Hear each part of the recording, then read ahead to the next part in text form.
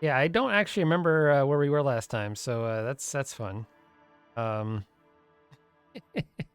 let's have to start and see what happens. All right.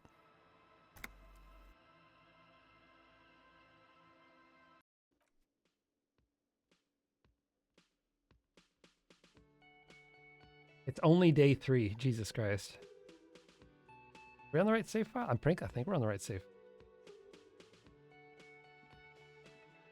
Okay, let's look at our book. Good God. Okay. We got a reality lowdown. Nothing's really happened today. Okay, another done test. Find the murder weapon. Buy pants.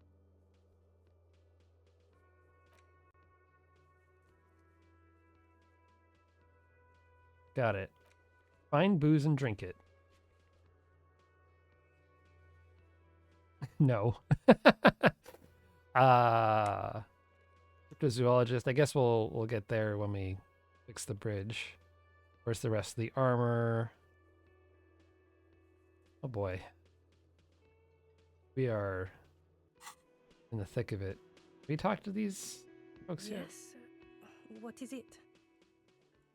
Yeah, these are from the RCM precinct. Um,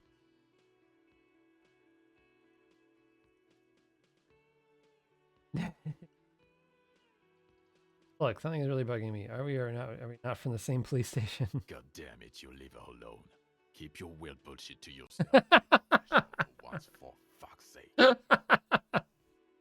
Starting off strong. Actually help you with something?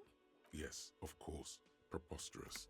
I mean, you would remember if they were, right? Who forgets their squad mates? That's not possible.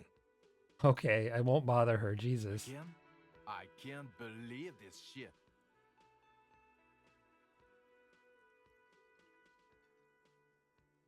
All right, fine. Jesus. Tough crowd.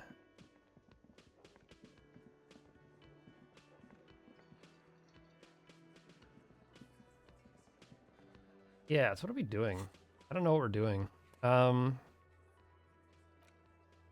Already asked Kuno what he knows. Miracles happen. Okay. All right.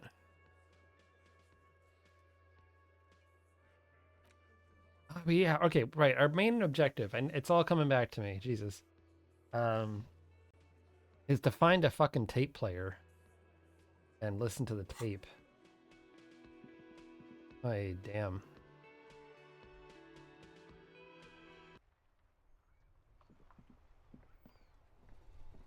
All right. So there's the pawn shop. How much real do we got? We got 13 real.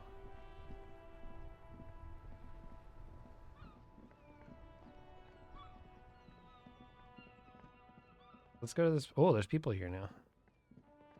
Hello. Can I talk to any of you? No? Okay. No, I can't talk to any of them. All right. Oh, they're just in. Oh, well, they fixed it. A rusting control panel. You grab the handle and pull Hey. the lever up. As soon as the metal connects against the contact pins, you hear a loud clunk. Then Dick. the water lock starts moving. Hey. Oh, we just unlocked a brand new area. Well, that helps a lot. Damn.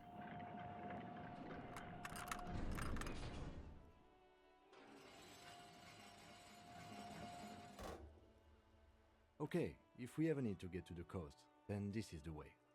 But please, contain your wanderlust for now. I don't want us to get sidetracked. But Focus on one thing. Achieve it, then the next, he thinks. That's the task chain. Sure. Well, I'm sorry, Kim. We're gonna go on a wild goose chase. I'm so sorry. Oh, money. Hey.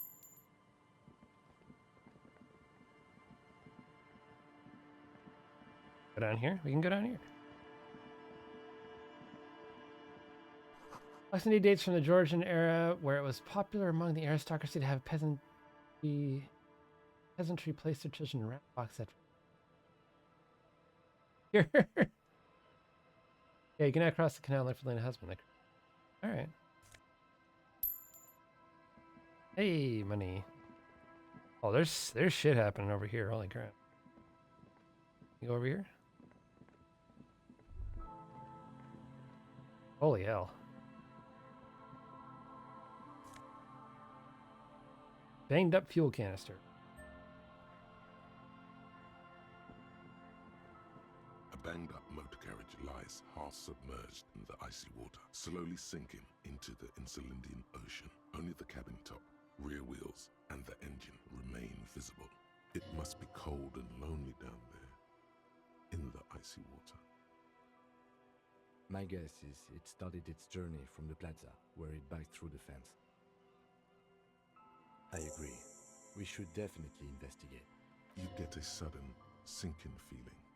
Stomach acid comes up as you look at the motor carriage in the deep, dark, cold. Oh, there might have been someone in there. Why the doom and gloom? It's just a sunken motor carriage. Some motor carriages are bound to end up in the sea.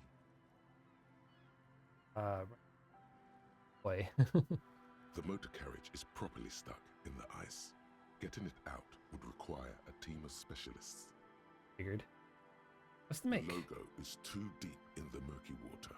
You can't make it out, but you do see a monkfish float by. The ice hasn't closed around the vehicle yet. My guess is it's been here since last Saturday or Sunday. Let's wait for the low tide and see what's inside. All right. I don't know. An hour or two tops? Oh, shit. Okay. Well. Oh, it's actually going to eat time. Shit. As you sit down in the old rusty, We're just sitting on a swing. the Nice. world around you becomes very silent. I love how the game has empathy chime up for inanimate objects. Yeah, I noticed that. That's fun. Nothing but the sound of seagulls high above in the sky, echoing like distant laughter.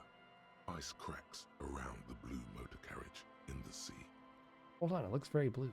Yes, it does. What's your favorite blue thing? Let me think about it. Let me think about it. Okay. I'll low. This is a red check and cannot be retried. Why is whistling a red check? Jesus. Does the main character have a name? Yes. It is something Ambrosius Cousteau, as far as I know. Yeah, that's my canon name, anyways. Okay. The Hey! forms a strange yet undeniably beautiful contrast with the surrounding bleakness. The lieutenant gives you a quick glance, then, still looking straight ahead, he joins you with a higher pitched and slightly more melodic trill. Nice. The wind blows. In the distance, behind the church, some vagrants are having an argument over a bag of tear they found in the reeds. Further away, a flock of seagulls lands. The clouds pass in the sky, and the shadow of the swing moves like the hour hand on a timepiece. 30 minutes have passed. Raphael Ambrosius Cousteau. Yes. Looks like this might take a while.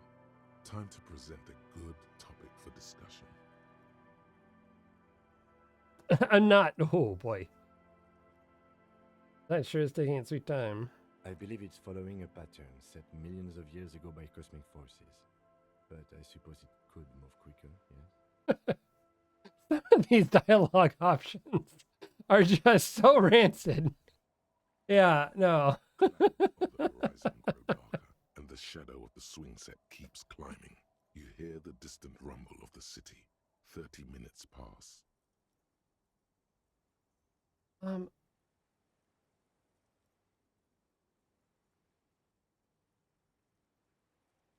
Luckily, I am already a member of an independent organization, and therefore do not have to choose between a rock and a hard place.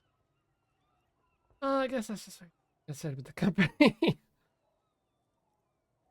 Okay, but if someone puts a gun to your Your head, voice echoes on the water, strange and out of place in the environment. 30 more minutes pass. Detective, I've been able to make out the mark ever since we arrived. I find it odd that you haven't. It's a Coupri, Model 40. It is a simple and rugged machine, favored by working men, government offices, firefighters, animal control people, you know, those kinds of people. Yes, 41. What do you think it stands for? which one is the rank? It's in hierarchy. No. Uh,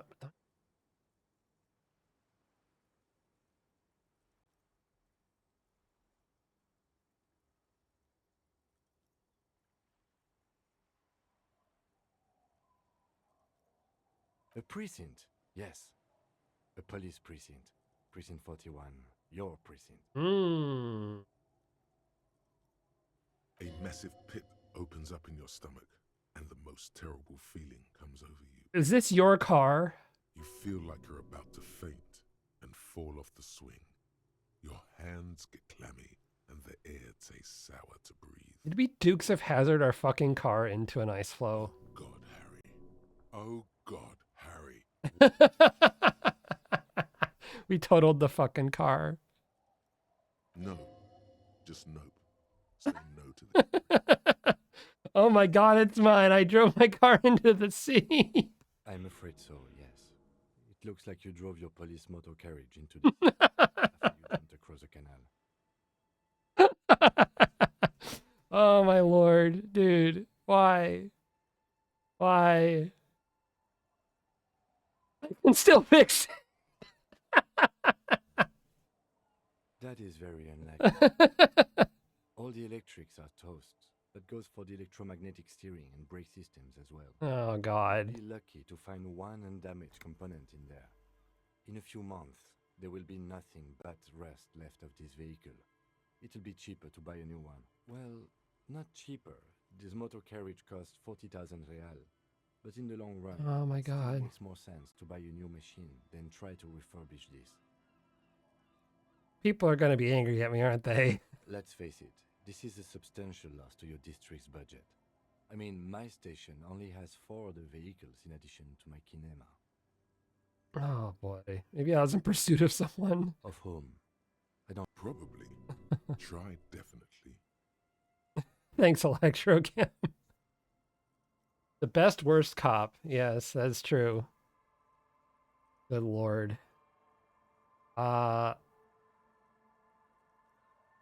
The lieutenant adjusts his glasses and doesn't say anything. There is also a fourth thing you've lost. Fourth thing? More precious than the gun, the badge, and the motor carriage Yeah. combined. Lost forever into the deepest of seas. Thanks, Inland Empire. I really needed that vote of confidence. How do we get it out? We don't get it out. It's scrap. You gotta bring like a fucking, I don't know, giant claw.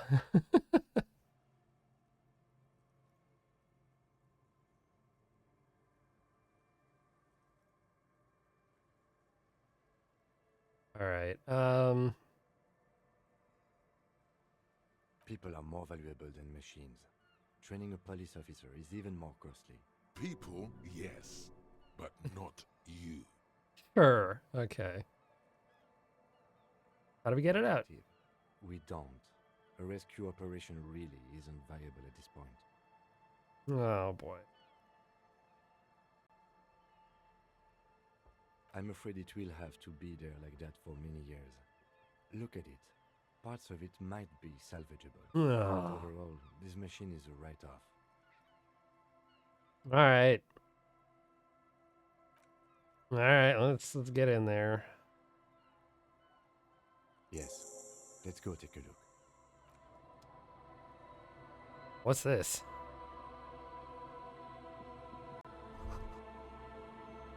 Okay.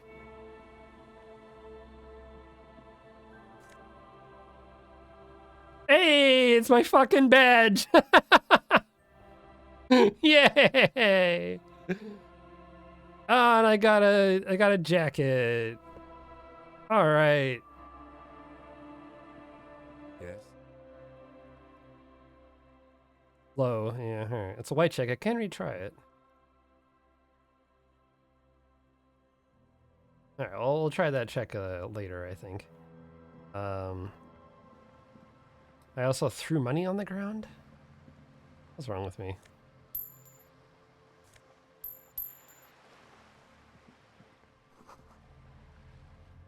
Great. All right, well, I got my badge. Hey, look at this. Where's my badge? A police badge on which you see the photo of a man. You. Some seaweed is stuck to the back. At least something good came out of all this.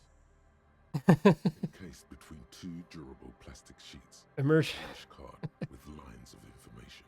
And a watermark in the shape of the street grid of Revachol West. Immersion ruined. Revachol actually trains their cops. Yeah. A photo, a name, a rank, a document number, the date of issue, and in the lower right corner, your precinct. Look at the The photo. man keeps winking at you with his green-grey eyes. The photo is old, no doubt about that. Good choice. A newer photo would look different. 8, maybe 10 years. The guy in the picture is rather good-looking. He's got a nice haircut and is distinctly lacking in massive sideburns. What do you think? His face is already contorted by the expression, although it looks less grotesque on him than it does on you now. It looks better on him because he isn't in as much pain while producing it as you are now. Although there's already a hint of that pain, certainly. Good God. Don't be fooled. The bad times have already begun. Thanks, Inland Empire. The badge in your hand shines as you rotate it, catching light. You see lines of information on it, and a shining watermark. Harrier. That's long for Harry. So you are Harry. Evrard was half right. Probably not a lot of people know your full name. Whoever told him you're Harry Dubois didn't. Interesting. Strange. It doesn't say Raphael Ambrosius Cousteau. Not strange at all. Your name is Harrier Dubois, like it says on your police badge. Logic, trivial failure. The badge has your face, but not your name.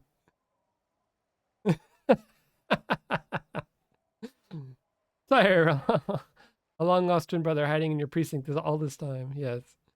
Oh my God.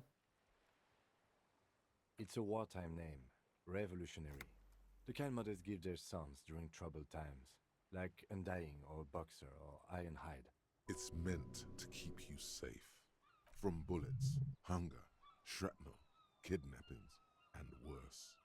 But I don't want to be Harrier Dubois. Oh my God. Oh, I can accept it or not accept it. I kind of like Raphael, honestly. Why? It's a cool name. I like it. Besides, you're Harry anyway. No one's ever called Harrier. He's not going to call you Harrier. He'll keep calling you officer when he's angry with you. And when he's not. All right, fine. In your hands shines as you rotate it, catching light. You see lines of information. Lieutenant W. Freighter. The lieutenant is a rank above sergeant and below captain. It's the highest rank in the RCM that still does field work. I am a lieutenant. A freighter. The title of Freighter is added to your rank when you decline a promotion to a higher rank. In your case, captain. You have declined twice, thus you're W. Freighter. Why wouldn't I want a fucking desk job? Jesus. The rank above you in your precinct's décomptage might be taken, or sometimes promoted Uh, officers. I was almost promoted twice. Jesus. Out of respect. And sometimes they just prefer the type of police work available to their current rank. In your case, lieutenant. Heavy-duty case-solving machine. What is décompte? Décomptage is the hierarchical system employed by the Revachol Citizens Militia. It means counting down to twos. The lowest rank is junior officer, usually teenagers. Then there are the patrol officers, then sergeants, lieutenants, then a captain. That's basically it, except for a few kings. Kings like satellite officers and the additionally a freighter rank I already explained. Huh. The long and short of it is, you're his superior. I see.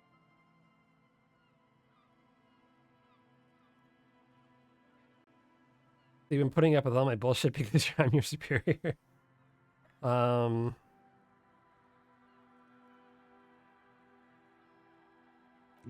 I've been putting up with you because despite an unconventional approach, you are doing good police work. Aw, he thinks I'm doing good police work. I don't know if that's an insult or not. It matters more than driving your carriage into the sea. And now we've even found your badge. He trusts you, for now. Try not to spoil it. Such a small yet precious thing. Expensive paper caught between thick plastic, like a fly in amber. It reads. That's just the serial number. Revachol, Jamrock, Precinct 41, with some numbers thrown in there for good measure. I see. 4 months ago. I'm guessing that's when you were promoted to the rank of Lieutenant W. Freighter. A new badge usually comes with a new rank. You seem to have been doing well then. See, okay. The pain in your chest tells you you were working yourself to death to earn that rank. God damn. The case created a lot of edge you have to take off. The death march really gets us going. A lot can happen in 4 months, especially in winter. The winters are never easy on you, of that you are sure. Aw, Cam has pet names for you already. Yeah, that's cute. I remember that time. That was a good time. We had a good work-drink balance going. What happened, man? Pump it up! Thanks, horrific necktie. I don't need to know about 41. I know what 41 means. All right, well, we got our fucking badge back. How about that for some progress? All right. Well, that's exciting. If there's any other junk around here we can look into. What's this?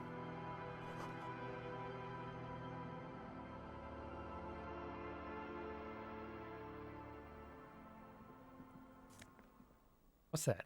Postcard. Oh, yeah. A bow tie.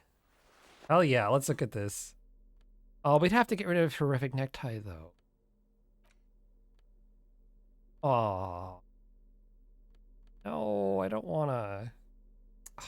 That's such a hard choice. All right, well. Sucks to that, I guess. Necktie and us are best buds for life here.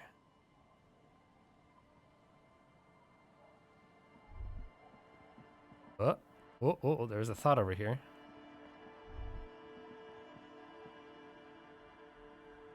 Sounds of life in the north. A washboard scrubs filth from fabric. Fascinating. Huh.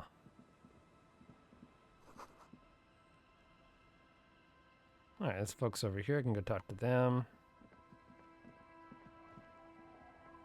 What's in here?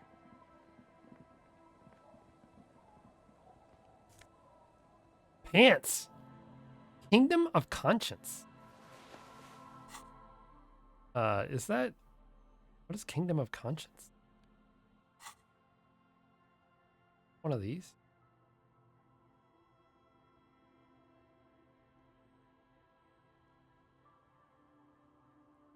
The hell is Kingdom of Conscience?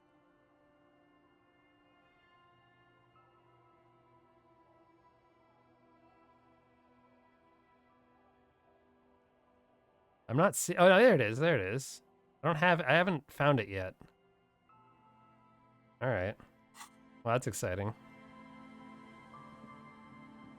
Yeah, I just found it. It's there for sure. The worn and beaten wooden planks of the bench do not look overly comforting. We can sit on benches after we've solved. You can revisit the bench if you ever need to pass the time when Lieutenant Kitsuragi is gone. Neat. All right.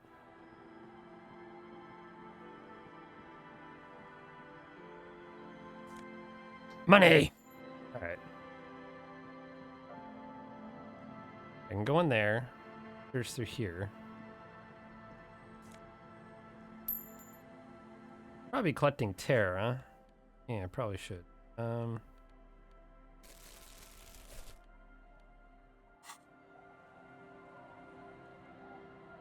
Seeing much here right now. Oh,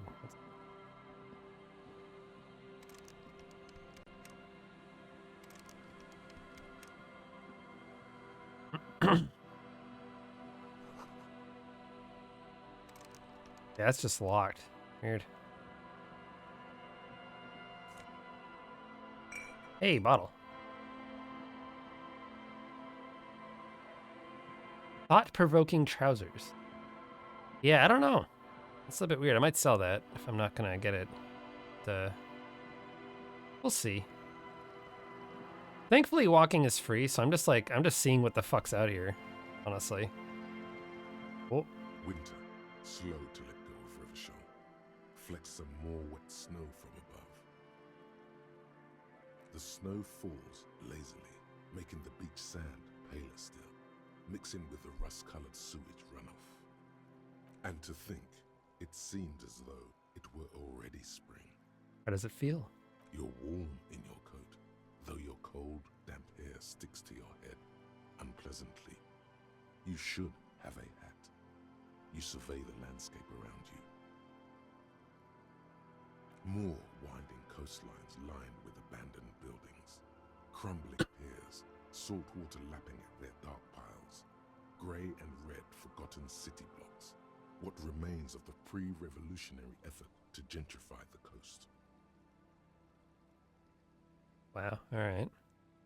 The waters turn black, coal city in the shadow of San Martin, a boom town. Back when coal extracted from countless shafts near the city was needed to power Revachol. No more. The coal was supplanted by petroleum from the ocean floor and hydropower from the Esperance. Everything crumbled. These days, only the weakest remain in Coal City. Their hopes of getting rich linger in the defunct shafts under their feet. Below the old mines, l'Océan Municipal, Revachol's underground cemetery. La Petite Rat braved the underground passageways, trying to get to Le Royaume. Children under 14, they go underground looking for artifacts to sell to foreign museums. Ooh. And for fabled relics. Their parents let them. They go deeper. After rubies, melchiorite, lapis lazuli, plundered from Safle and Seol during the time of the suzerain. In the burial chambers of the kings, Grand Old Philip, Guillaume II, and even in the mausoleum of Philip the Opulent. I see. 2 kilometers underground, in a winding shaft along whose walls mirrors have been placed, so that daylight may eternally fall upon the richest of all the kings. The mausoleum contains untold quantities of gold, and that special, purest of the pure magenta cocaine, favored by Revacholian royalty. Did someone say untold quantities of cocaine? Oh, please. Few particular Please, Selectrocam. Oh my god. shafts. Even fewer find what they're looking for. A small child steps out of the black tunnel with silver trinkets in her pockets. All around her, white snow on the extinguished coke furnaces and on the weather-worn shacks where fathers beat their sons after drinking. The snow melts on your fingers, turning to water. Shivers, you are hatless. No hats. Engaging in hatless behavior. A hat with a wide brim would shield you from the cold and attune you with traditional magics of your revolutionary sisterhood. The canal you crossed to get here and beyond it. Martinez proper, the district the police forgot to police. There is laughter, lights, attempts at entrepreneurial activity, cynicism. Someone is scraping snow off their windshield at the roundabout, in the midst of which a statue of Philip III serves as a destination for grade school field trips and a fine perch for winter birds.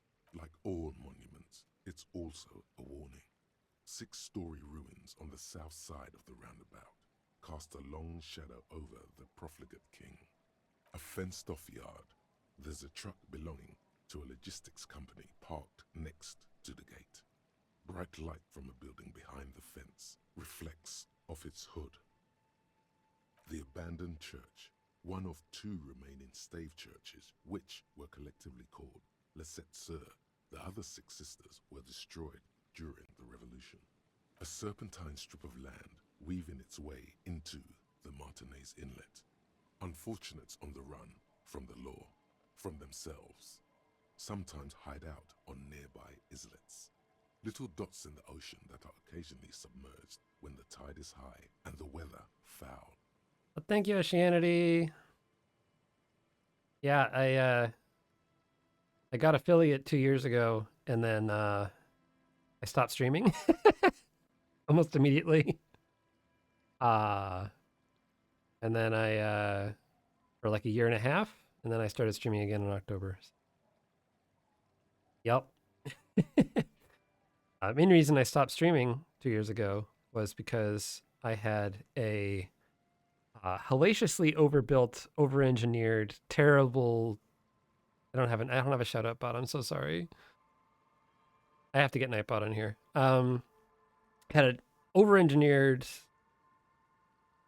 3D YouTuber VTuber rig that had like motion trackers that I'd wear, and it became an ordeal to wear it, and I just stopped streaming because of that. Now I'm just doing PingTuber because I can't be bothered with that level of complexity.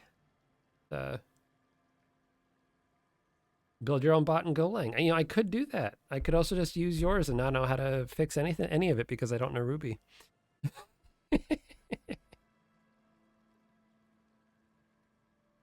All right. Yeah, thank you, Oceanity. PingTuber does work. It's might try to commission some new PingTuber portraits. That'd be nice. The remains of a camp on a jagged piece of rock, a tent, old dishes and cutlery, long since abandoned. A hermit crab scuttles among the debris, looking for a new shell.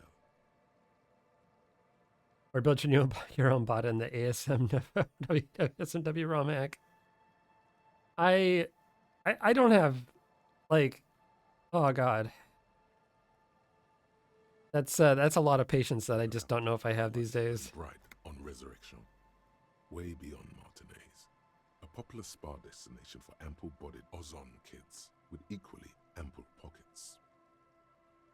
Then there's Ozon, but the snow falls too thick. You cannot see that far. I'm just vibing with Shivers here because I love the writing. The Bay of Revachol, vastness, great depth, over 1,200 meters at its deepest. Water air brinier than hair. It is crisscrossed by huge cargo ships bearing company logos. Wild pines, Zam, Morian. And at the farthest reaches of the Bay of Revachol, the shadow of the Coalition warship Archer, on perpetual patrol duty, ready to unleash artillery fire if you were to rise up against the market. You shudder. Yeah, that's how it is. The raised motorway, 881, separating Martinez from Jamrock. Vehicles whoosh past one another day and night, while those who reside in the labyrinthine alleyways beneath the motorway attempt to carry on with their lives in the snow and the slush. And south of the 881 is the Pox. Was once a park, a place for reflection and recuperation for the patients of the old military hospital. In the 20s, it was used as a quarantine center during a measles outbreak that killed many children. Most everyone has avoided the hospital and surrounding park ever since. The Pox is completely wild now. Evergreen thickets covered in snow and industrial dust. Feral dogs and even wolves roaming in packs. The police try to keep the deepest corners cordoned off. Good God. Heavy drug users do slip through and hole up in the old military hospital, hoping to find something to get high on among the hastily abandoned supplies, or just to overdose in peace. Shivers is great not only for the full Century Experience text, but also for how Likely it prompted a lot of players IRL to pause and just take in the world around them from time to time. Current task. Yeah, for sure. Absolutely. A line of motor garages. So frickin' eloquent, dude. Hunched in the cold. A mechanic is hard at work, patching up bullet holes in the side of a Capri 40. These are the garages of Precinct 41. Snow settles on the roof of the repurposed silk mill. It serves as your station. Shivering RCM personnel hurry in and out of the main entrance. Wonder if Vic's found his heterosexual life partner yet. Oh my god. Damn, I don't know. Even a real Bruderbund like that can't survive everything.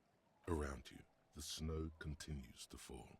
To the west, the ocean swells. The stairs descend to central Jamrock. A man named Cooklove has a snow-covered stall there, in the market across the bridge. He sells kebab infested with fly larvae to your colleagues who believe eating it will make them immune to food poisoning. Jesus Christ. Snow falls on the utility district, the library, the florist, the Sarah Mauritian restaurant that offers homemade wine, and also on the brothels and drug dens, and the chop shops of the Zemlyaki. Like, the writing is so fucking good here, honestly, that like it's just so embellished. It's honestly surreal to see this in a video game. That like, yeah, it is ultimately exposition, but like it's just like goddamn. I don't read many books these days, and it just feels like I'm getting that experience. I feel smarter just by hearing this. All of this built around a lake that formed in a meteorite strike. At the center of this lake, there is a little ship. There are lights at the bottom of its hull. They are lights directed toward the seafloor, looking for something, like whiskers. A chill comes over you, crawling down your back. The sand under your feet is wet. Somewhere in the south, tarpaulin flap in the wind. More Coalition aerostatics. Occasionally, lights flash as they maneuver through the falling snow. Airships, yeah. One large airship carries crates in its belly. Layer upon layer of sand, poisoned with industrial runoff. The storm drainage, hidden bunkers. Rats scuttle. Someone stuffed a big old polar anorak into a concrete pipe under the boardwalk. It would keep you warm. You would probably never happen across it. But who knows? Damn. That was thick. We should keep moving. Who knows when the snow will let up.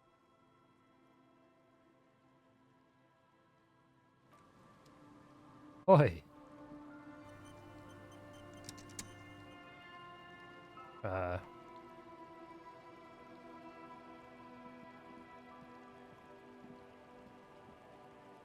Okay, I can't click on this. Whoa, yeah. Okay. That was... Does it work now? It does not work now. Okay. That's fine. I don't know what that's about, but I can't click it, so...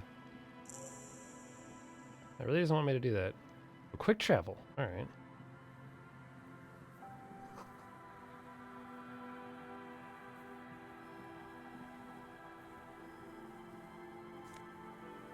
Oh. Money!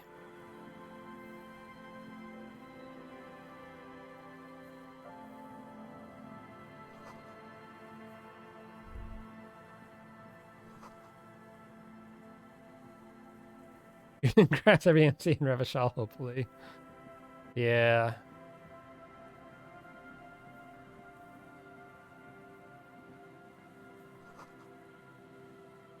Huh. Alright. A phone.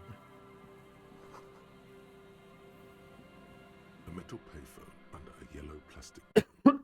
You could use it to call someone, unless you're out of change. You hear the tone. The machine is inoperable. Sure. Calling. Still calling. This feels wrong. Should you be doing this? End of tone. Someone picks up. Is that you, Pierre?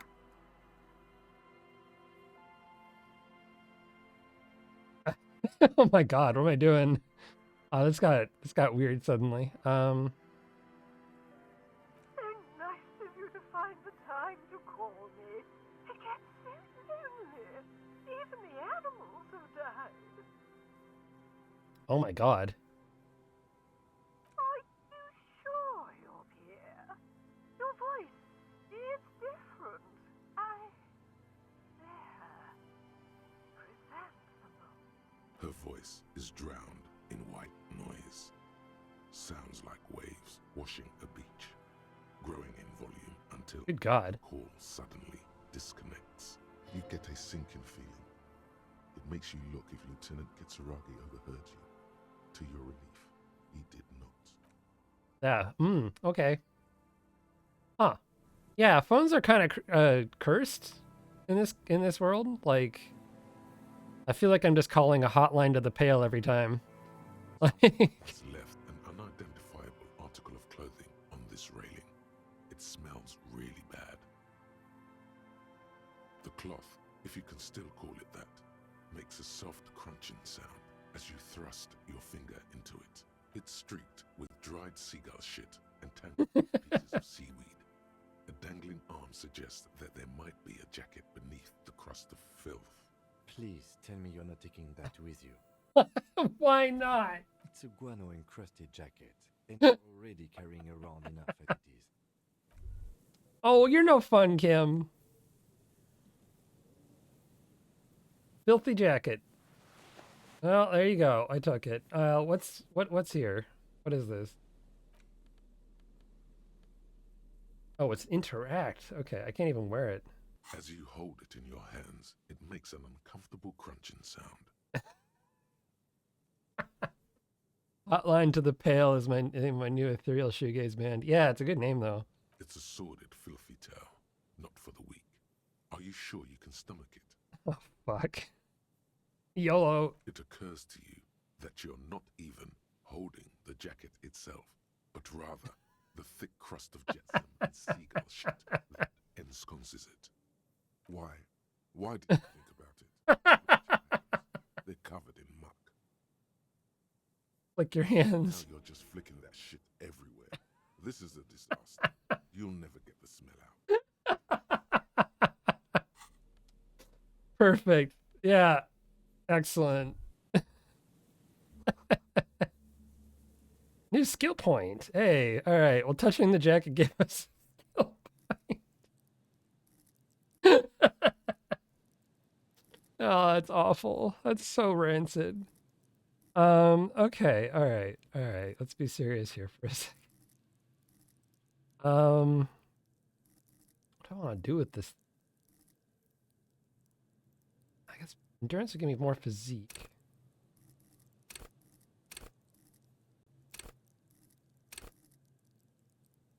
Could do. What do I want to do?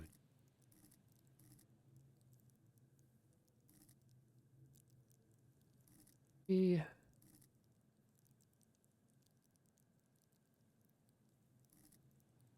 Pain threshold give me. Okay. Maybe pain threshold. Be more like such a hard choice. There's just so many fucking options. What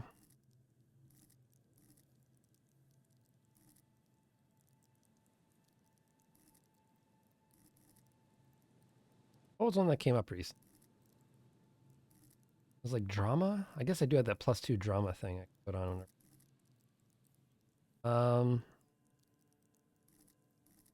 Let's do. Suggestion just seems super powerful, especially for investigating when I'm not, a thinking person. I'm gonna hold on to this. I do have 2 skill points. Half-light? Suggestion? Suggestion for now. List of white checks in your journal map. Ah, okay.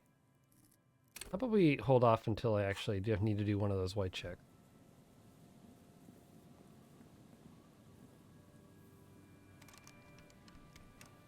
It's locked. Ooh.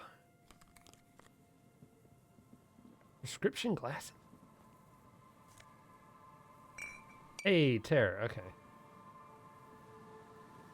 Hello? Oh, I took both, I guess. I think. Hope I took both. Hey, money.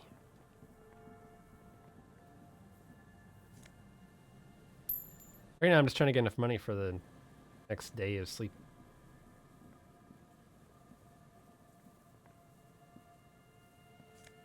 Oh, crowbar, right. I keep forgetting about that.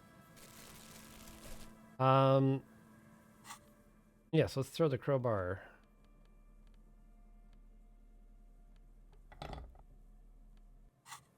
Get it out. Ah, there you go. Postcards. Okay.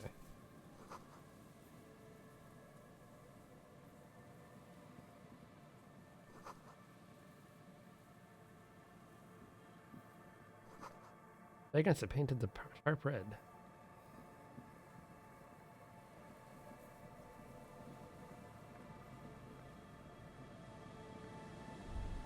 Oh, there's someone over here. It's cold out here, huh? There's some tear, an empty cigarette package, and a crumpled kebab wrapper in the 2 empty bottles of Tallulah vodka and a can of black potent porter is all you find. A tragedy. He shakes his head with genuine sadness. You alright here? Oh, there was a thought and it's gone now. That's... A man lies on the boardwalk, his limbs bent and neck turned at an unnatural angle. Oh shit, he's fucking dead. Is an empty bottle of spirits. In his cramped hand, a chewing gum wrapper. Half of his body has slipped between the cracked boardwalk, starting with the right leg. The fall has left him broken, contorted like a sad puppet. Hold on. Lividity is faintly pronounced. Whoever this is has been dead for 2 days. No longer.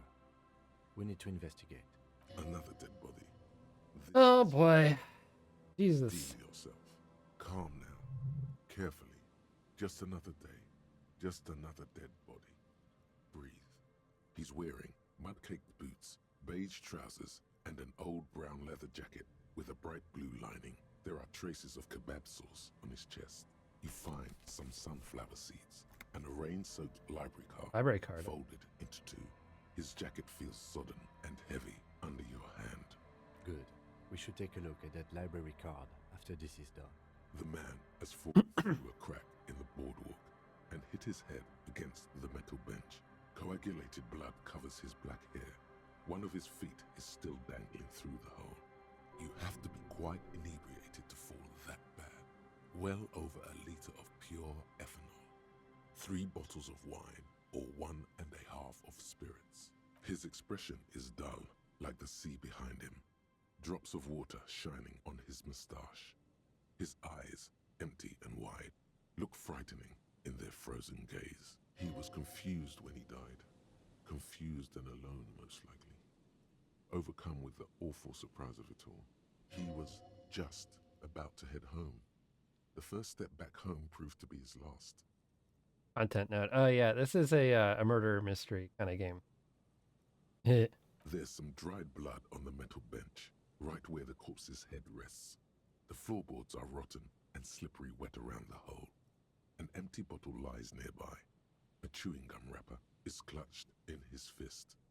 They screech under your feet ominously. It's hard to say whether the dead man's weight was the cause of the boardwalk to break.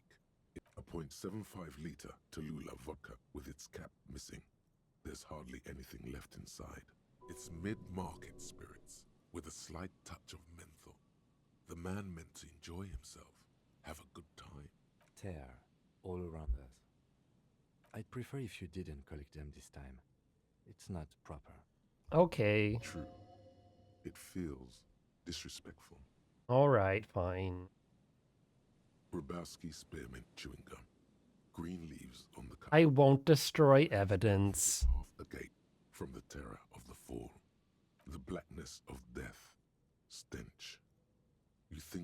white chewing gum too. He ate the whole pack, right? It's to cover the smell of alcohol before going home. The worst thing is, I've seen it before. Almost the same scenario, even the chewing gum. It's always the same.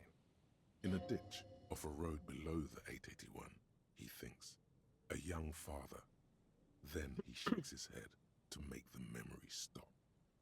A dried chunk of blood covers the hair at the back of his head. An open wound. It's sticky and cold to your touch. This is where he came out. Good thing I'm wearing gloves. Drop by drop, when he was unconscious. It took 3, maybe 4 minutes. I don't see any other major wounds, do you? It's hard to say. Seems like the head wound was fatal. It's exactly the shape of the bench. The entire boardwalk creaks in the wind as you take a step back. Looks like one of the locals. He'd have to know this spot to come here. You don't just walk over here. But that's just a lazy assumption. What do you think? At least this man knew how to party. Fucking Christ, Electrochem. Without the bottle. Now that would be just sad. Oh, come on, Electrochem. Being surrounded by liquor bottles does not make it more hardcore. This is an omen, a sign from above. Don't start drinking again. Yeah, well, I've decided that. Party beast. What we're witnessing here is the demise of a great party beast, the leather jacket, the empty vodka bottle.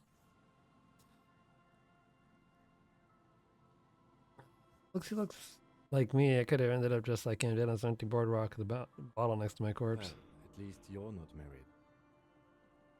Damn! Or what if you are? But let's try to not run ahead.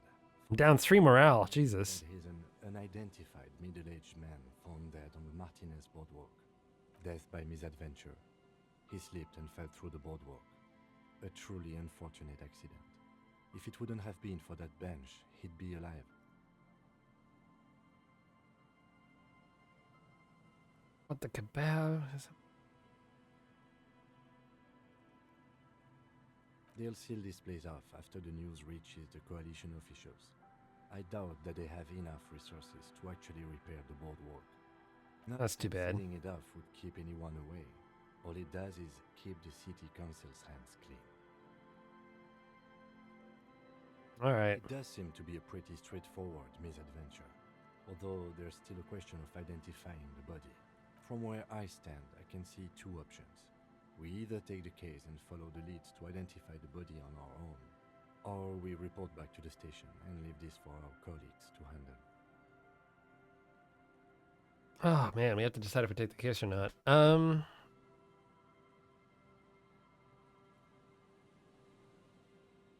We found him. We should finish this. We should first examine the library card you found.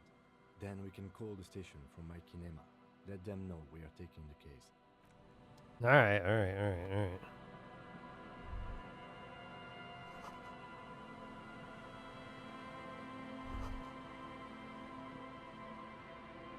Alright then, well, that's exciting.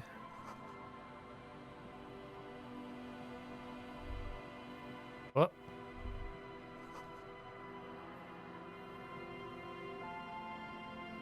The card, yes, you're right. The card. This. The library card is folded into 2 and still slightly wet to the touch. Billy Maison. Front side reads, Central Jamrock Public Library Card, issued to Billy Maison, expires July 53.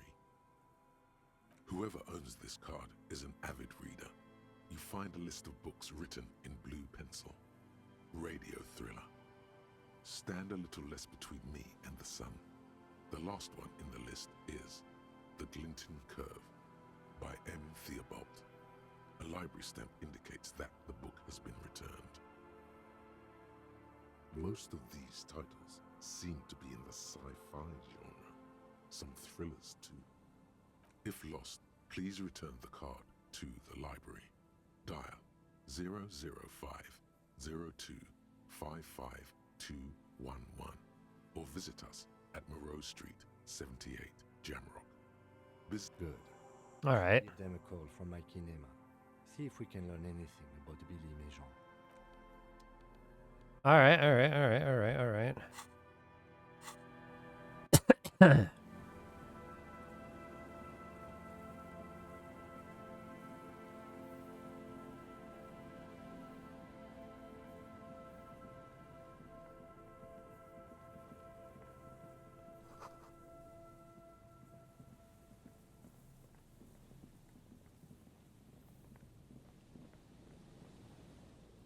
Yes?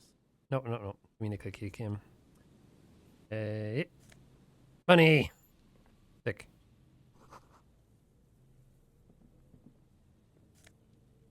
Oh. Sick. Health. Nice. All right.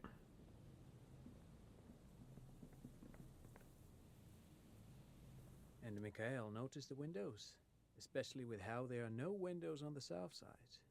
This was to deal with. You officers, come to investigate the historic subtext of West Martinez? I'm Tran Heilostam. You must be Kim Kitsuragi, right? I was just telling my son about this building. Not a lot of people realize the historic significance here. Very rich in hypertext. Yay. Maybe you could use the phone. Now Kim's got us. Yeah, so Kim has a police cruiser basically down near the ad just started. I'll wait to explain. But and also wait for this dialogue to continue. Yeah, I'll explain it again in a second.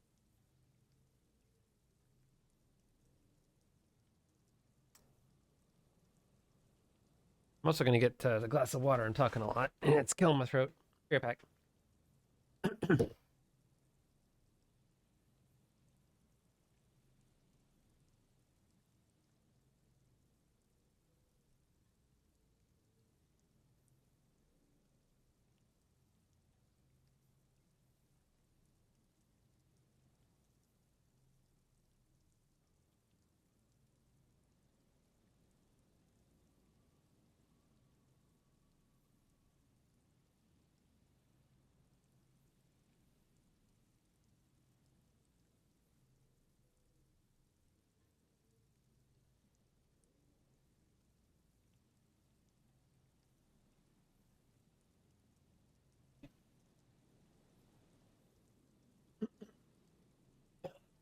Yeah, sorry about that.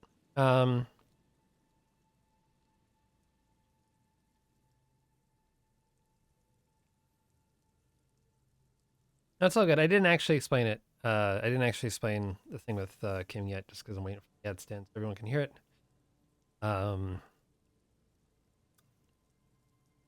But yeah, I'm just. I actually kind of like the ads.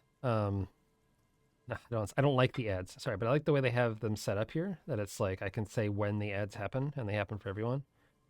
Because it means that I can get up and stretch and get a glass of water and I just take care of random crap instead of just white knuckling a stream for 5 hours at a time with no breaks. Which I tend to do sometimes.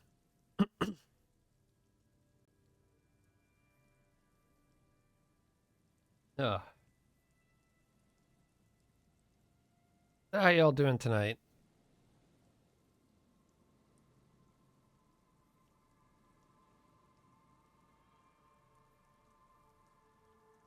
For those of us who have turbo or heaven forbid a sub.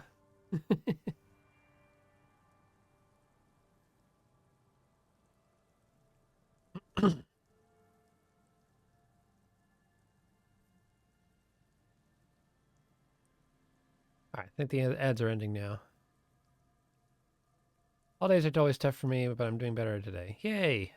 That's good. They're pretty tough for me too, so I can sympathize. All right, ads should be over. Looking forward to going back to work tomorrow. 2 days off isn't enough.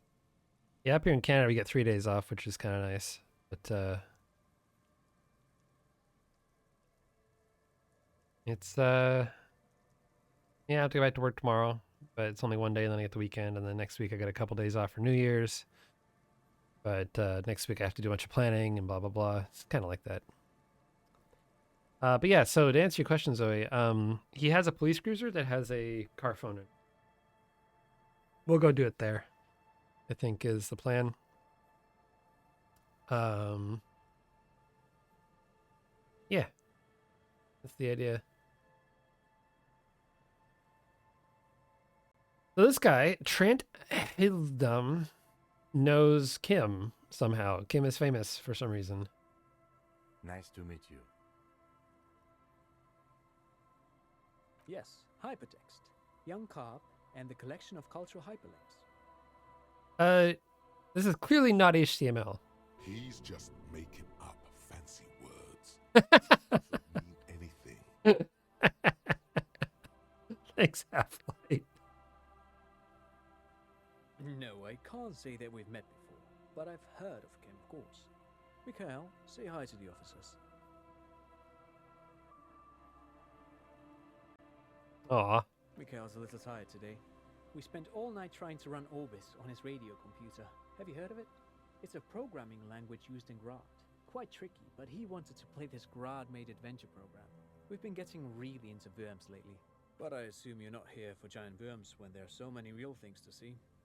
Just as I was telling Mikhail before, this is where the Coalition landed in 08.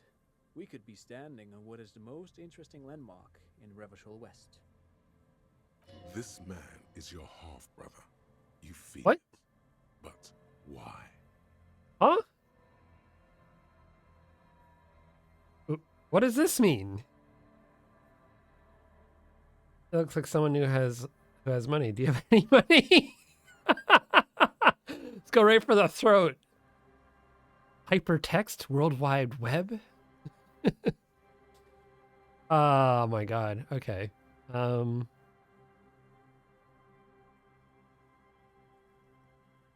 do have some money, yes, but that's not what's really important here. He's not gonna give you money. What are you doing? Clearly you were just profiling. Can I have some of that unimportant money then? Neither of these answers are good. I'm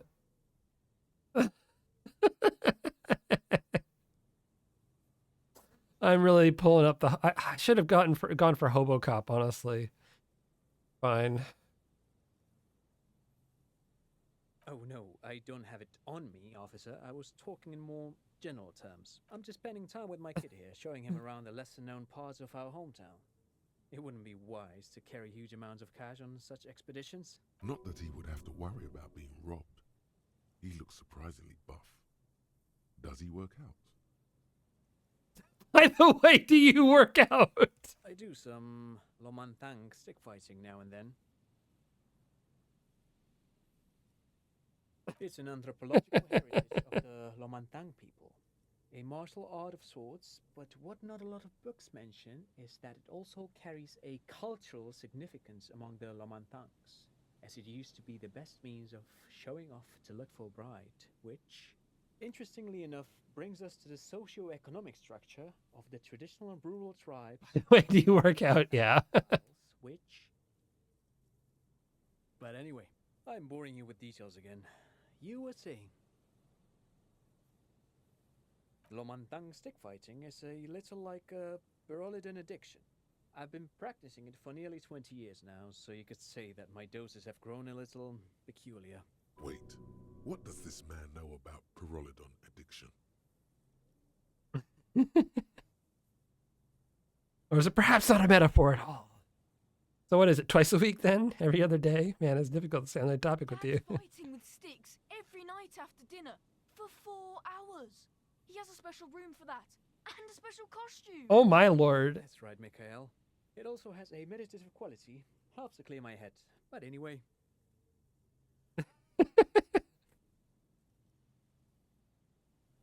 Aha! But it's not just any empty old building. What not a lot of people know is, this used to be the R&D department of Felt Electric. My dude is trying to be Hitman, yeah, for real. Cartridges mostly. Was once a top dog in the turn-of-the-century cybernetics boom. Hold on. What's R&D? Oh my God, how do you not know R&D? Well, I guess we're not that smart. It looks old and weathered, with seagulls picking apart its stone and metal carcass. Bushy undergrowth has taken hold of the collapsed rooftop.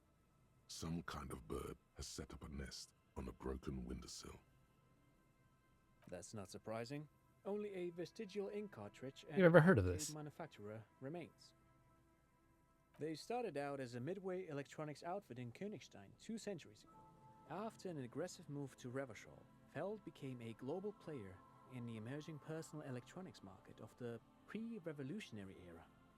Still, Tricentennial was beating them in business machines. But Feld had an ace up their sleeve, or should I say they were developing an ace up their sleeve. I'm mixing my metaphors here. It was here in Martinez, possibly in this very building, that they developed prototypes for a tape computer. An elegant Tape computer? mechanism of rollers and ferrotape ribbons, portable enough to be a take-it-home solution, revolutionizing business machines, possibly even bring them to the average consumer, which is a feat of engineering even today's giants, Rehm, ICN and ZAM, haven't achieved yet. Indeed. What? The revolution! Unfortunately, their moonshot project never made it to the market. Feld's move to Revachol backfired. The revolutionary government liquefied their assets and expropriated those very advanced prototypes, possibly from this very building, or one of the adjacent ruins. All of this was built by Feld, even the boardwalk. Wild Pines built Martinez proper as a resort for their middle management. Feld built this side of town for R&D. It's a lot of questions I could ask. Tape computers, I don't never catch on. But how about they bounce radio signals off of the pail? Those prototype tape computers probably aren't even haunted. Yeah. Oh, fuck.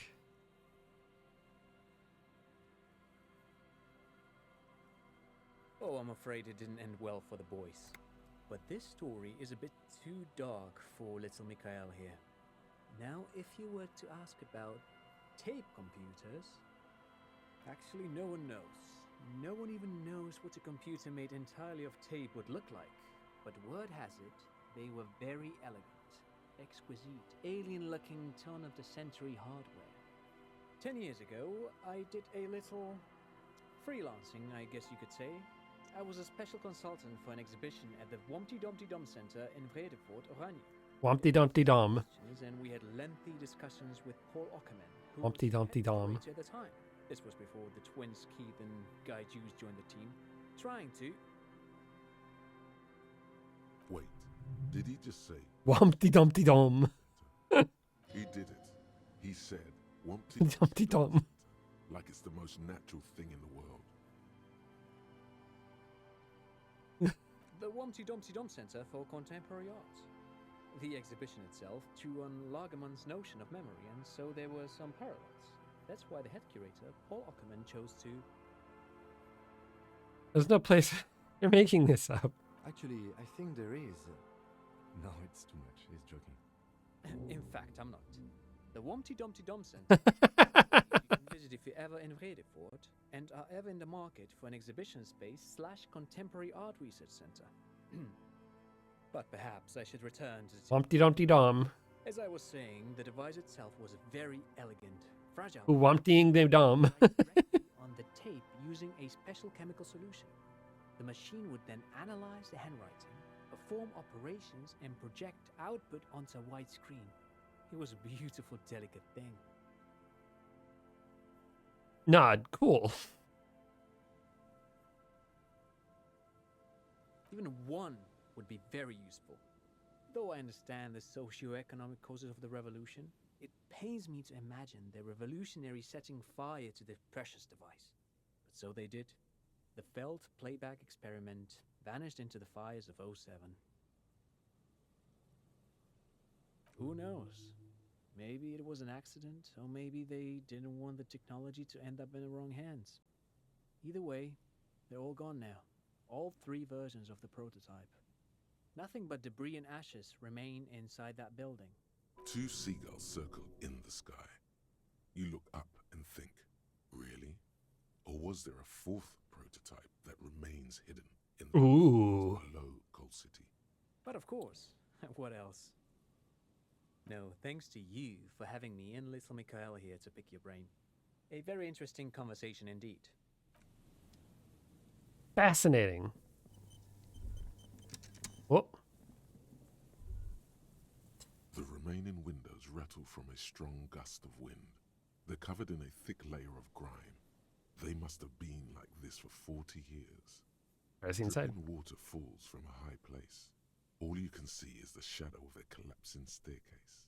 No, I won't even try. You know, I had a partner once. They called him Eyes, because he had to show me things. It's that bad. Oh, he's got pop bottles on his face, yeah. This partner of his, Eyes, things didn't end well. It saddens him to say his name. Don't even ask. He wouldn't answer. Okay. Maybe some other small talk. I'll just nod. I don't want to pry on Kim there. You know?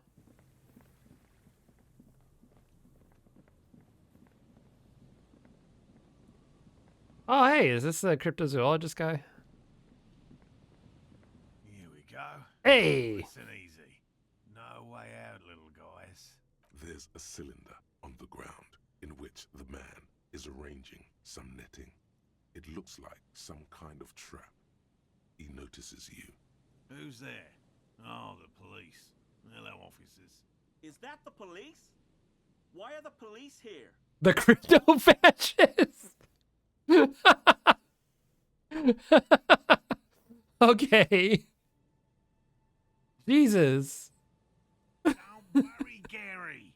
I'll handle it. To what do I owe the pleasure? Gary, the crypto fascist.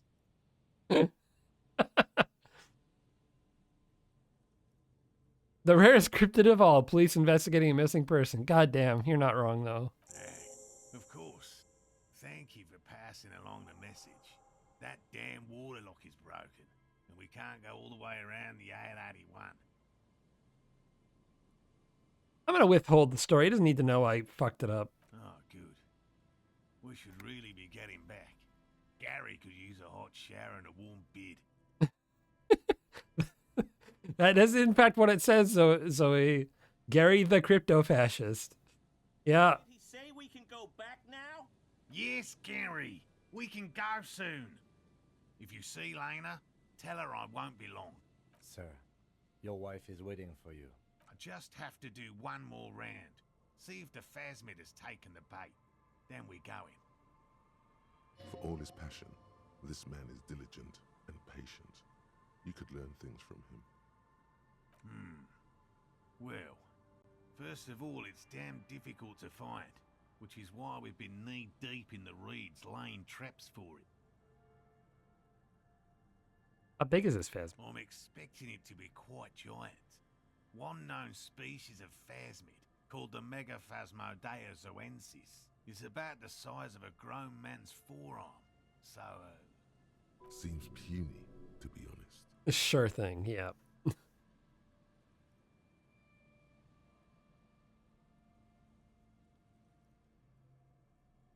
What have you discovered about this so far? very little, I'm sorry to say. No one's ever captured a specimen, so all our information is based on first and third-hand accounts. Not yet. That's what makes it a cryptid. Just out of curiosity, if there's no proof of its existence, how do you know it's real? I know it's real. Sure. By which I mean, I've heard enough first-hand accounts to believe quite firmly that the Insulindian phasmid is more than mere superstition. I have to resist the thought such an extraordinary creature is doubtlessly highly resilient. After all, it's generally thought to be capable of parthenogenesis. Oh my god.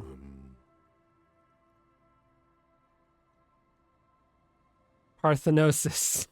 Parthenogenesis, meaning the females don't need males to reproduce, makes it easier for a species to survive in adverse conditions. This has no special feelings in me.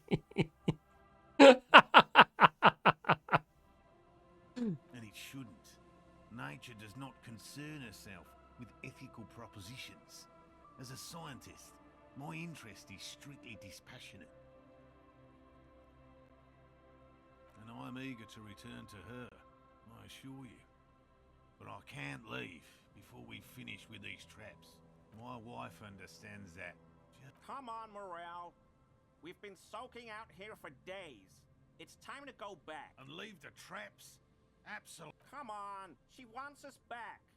I'm soaked up to my nuts over here. We'll both catch reed crabs if we don't dry out soon. Of course it's important to her. She's seen it. A verified sighting, on record. One of only 4 this century, and it's hers. Yes, that's how we first came to know one another. Needless to say, you must ask her about the mysterious phasmid. Sure. Suffice to say, it's long been our dream to find proof of the Insulindian phasmid together. I can't abandon course now. No. The traps need to be monitored on a regular schedule. What would we do if the phasmid were to starve while we were sipping tea at the hostel? He's dead set on this. Okay. I don't want to check the trap. Maybe I should check the traps. I don't know. I didn't expect you to take such an interest in our work here, officer. I'm all in with this cryptid shit. I'm all in. Yes, indeed. Both require a great deal of research, attention to detail, and, above all, persistence. Bring it to me at once. Just make sure the trap is closed tight. These are these traps here. There are 4 in total. One is to the south, on this little peninsula, by the boathouses there. It's very near. Another we set in Land's End, to the northeast. It's behind a small sand dune there, on your way to the old radio tower, after the church. The third is set near the canal, where you crossed, by a concrete slab. Lots of those A damn big things. thicket of reeds going up the slope. You should check at least one of those before returning to this one, since I just said it. This one's more of a technicality. That seems like a lot. Do we really have time for this extracurricular venture? Aren't you having fun? Even relative to examining a week-old corpse, I'm not sure mucking about in the reeds qualifies as fun. But have it your way, detective. If you think it's important, you have been right before. That's highly unlikely, officer. But in the event you do, I'll spray you with a pheromone developed. It's made of musk and research chemicals. The pheromone should attract the insect to you, or at least prevent it from bolting at the sight of you. It's quite potent. Will last you about a week. Lay it on me thick. This is the smell of dying reeds. Rumbling into the water. I hope you're not buying this. He dispenses it without letting you touch the canister, so it would be precious like holy water. It is precious. A single dose cost me 50 real to develop. Sick. Not that I expect you to understand self-financing one's own research. Right. Which means you two can pack up and go back to the boiling. Whatever he thinks about this detour, it's clear that these men are exhausted.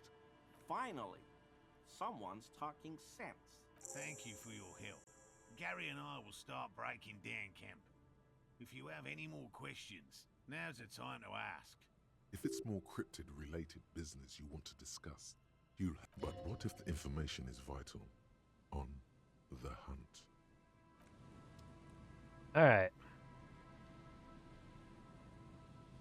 More useless subquests.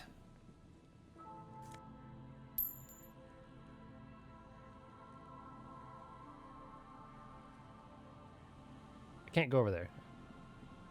What do you gotta say for yourself, huh? Hello, I'm Gary.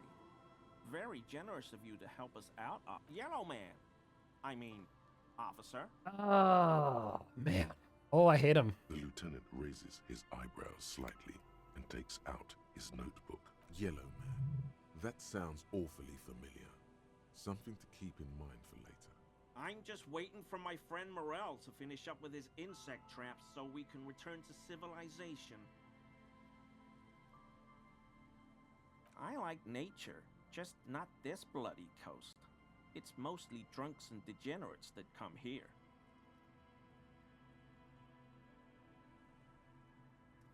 All right. Sally, I think that's my crew. Dark times will do that to good men. Serious question time. This man is no innocent.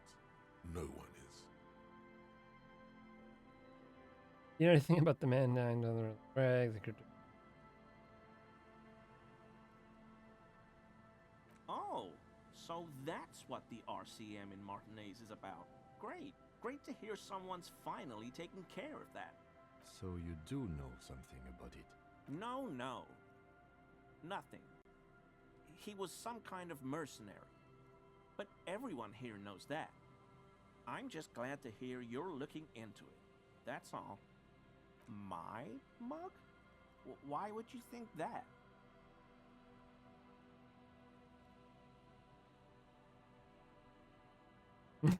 It seems like you're calling to it longingly when you cried out.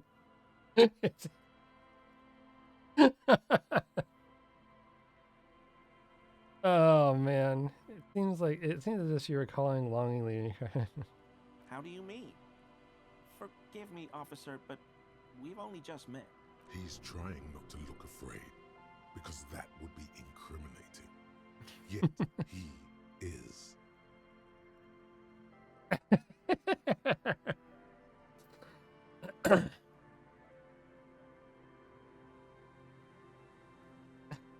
I want to set him up. I want to set him up so bad. Okay, I admit it. I threw the mug away in the trash container behind the hostel. I know I shouldn't have, and I am very sorry, officer. You're not going to find me, are you? Oh, I get to shake him down.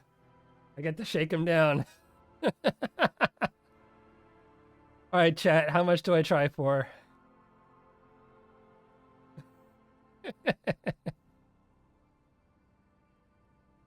How much do I try to shake down this fascist?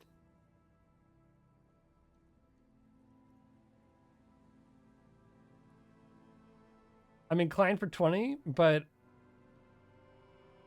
can he even pay, if he's doing that? Maybe not, but I don't know. Maybe he respects, like, crypto fascists tend to like cops, right? So like I'm thinking he gives me 100.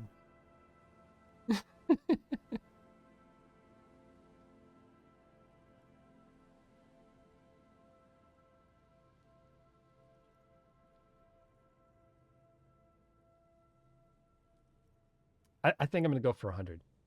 Go for 100. Go for it. Okay, I deserve that. God damn, yes! I won't do it again. You have my word. I don't know what got into me. Stuffing my garbage in another man's property, I've been having trouble at work lately.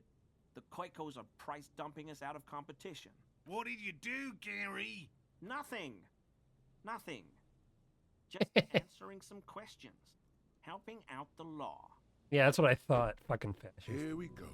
Start pumping that sweet info.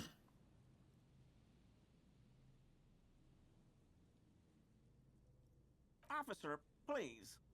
Let me explain. It's not like that. Do explain. I live right across the yard from where he was hanged, and I saw him stripped naked. All the clothes lying around in the yard, smelling. People are animals, you know? Yes, what happened? Then I came out to clean up the rags because no one else would. I put them into the Whirling's trash, along with a broken mug, admittedly. Okay. I was coming to throw the mug away, and, well, I threw the mug there and the clothes too. Right. It was just civic duty. Exactly. That's exactly what it was. Civic duty. And you wouldn't know anything about the victim's missing armor, would you? Armor? No. I mean, yes. Of course. I know he was wearing armor, but I don't know anything about it. I know a guy who works with the trash collection services, CS Municipal. He gave me a master key for the trash containers of Martinez. So I Why would you need to get everyone's trash? compactor to store my own stuff. Garbage disposal is expensive as hell. The damn Bohemians run it like a mob. Oh my god, I hate this guy. I'm sorry, okay? I thought I could cut costs. I shouldn't have. Disgraced. No need for the histrionic, sir. It was, after all, just a trash container. He studies his reaction. Gary doesn't answer. I hope I could help your investigation, in my small way. Don't be so relieved yet, Gary. This bad cop may have been in your apartment, admiring your mug collection. Wait, Perhaps a little intimidation? I'm not gonna ask him about Tenant because I care. Do I have? I can't put on. Let's see. I got anything for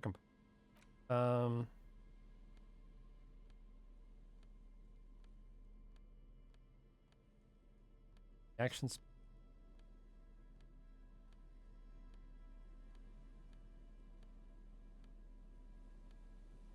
Perception. Anything that's negative? Composure? I don't think so. I got +1 composure already.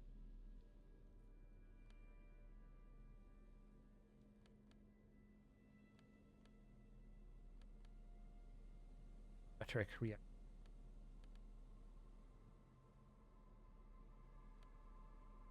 Okay. I don't really have anything I can do. I should be saving. Christ, I haven't been saving at all.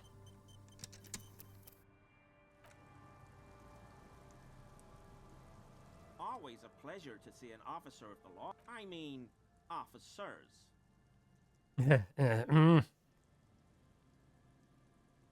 Want to wear armor. Is he? Oh. He's looking comfortable enough.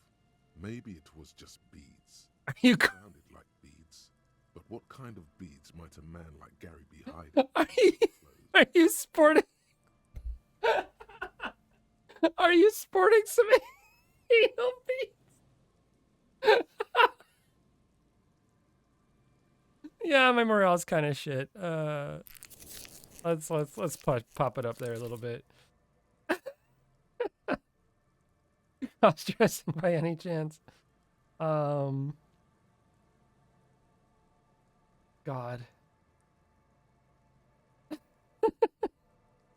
I kind of just want to see the YOLO option to this. I can always reload. You wouldn't be able to hear if you were wearing anal beads.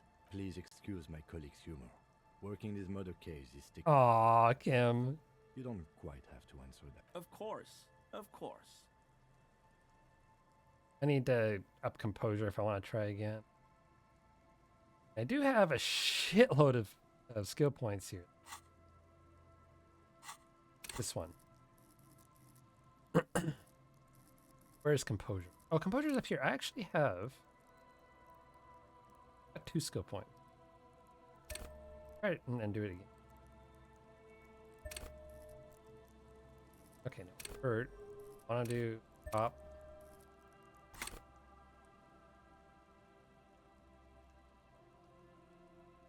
Oh, and then I have to come back. Always a pleasure. I mean, officers. That shirt Hey, is nice. very uncomfortable on him. Look at the buttons, barely keeping that thing together, as if something is ready to rip out from underneath. Yes, like a piece of ceramic armor, for example. Oh. Makes a clicking sound when the plates meet each other. Ah. Marbles, stolen from the corpse in the yard near where he lives. I knew you'd figure it out, officer. I'm sorry I didn't tell you at once. I was ashamed of what I did. And I didn't want you to know. Oh, we found the chess piece. This shame is surprisingly sincere. Gary, what's going on? Later, Morale. I've got apologizing to do. No, you've got explaining to to do.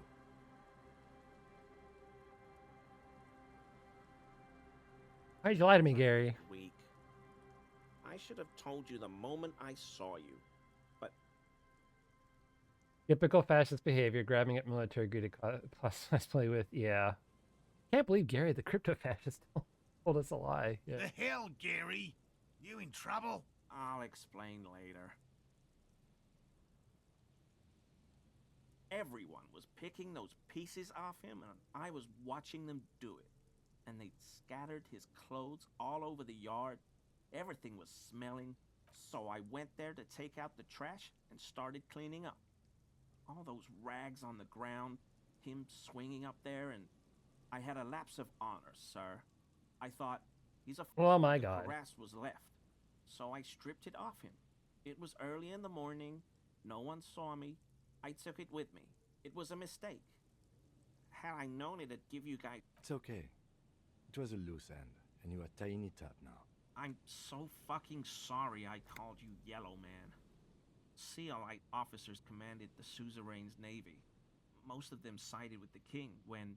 It's difficult to say what the lieutenant thinks of this historic apology. His voice does not belie emotions. He sighs again, hangs his head, and unbuttons his shirt fully.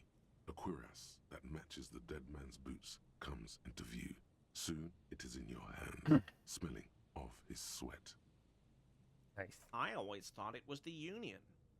Some Union hardasses lynched him because of the strike. But almost everyone in town knows that. I wish I could tell you more. Doing the full, I'm sorry, I'm just a little guy and it's my birthday routine. Yeah, for sure. Yes, absolutely. I will never do anything like this again. Sick. That was a lot of... Sure do, officer.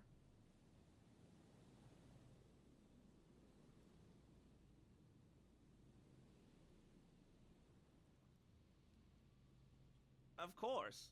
All right, well, I'm not going to tell him I broke into his apartment because I honestly don't give a shit. Yeah, we got the fucking armor. Let's take a look at this shit. My God, it's an actual thing I can wear. -1 empathy. Jesus. Okay, so it's like actual armor. It gives me +1 to... I think it's both of my stats, like my actual points. Should have gone for 250 real. I should have. Fine. Probably won't even pay that goddamn ticket. Yeah, he might actually. He is a fact. Main threshold.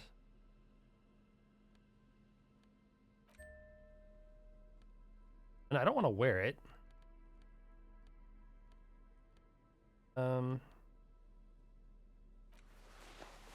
Mesh tank.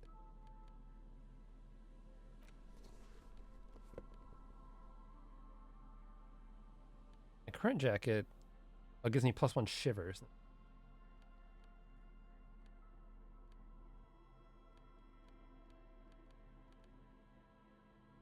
Logic. Is that the only piece of armor I have? Yes. Is currently the only piece. The legs are still on the corpse. I don't know if there's like shorts or, and I don't have the arm. Probably armor. 1 bullet. That's neat. And then we've got skill points I can use.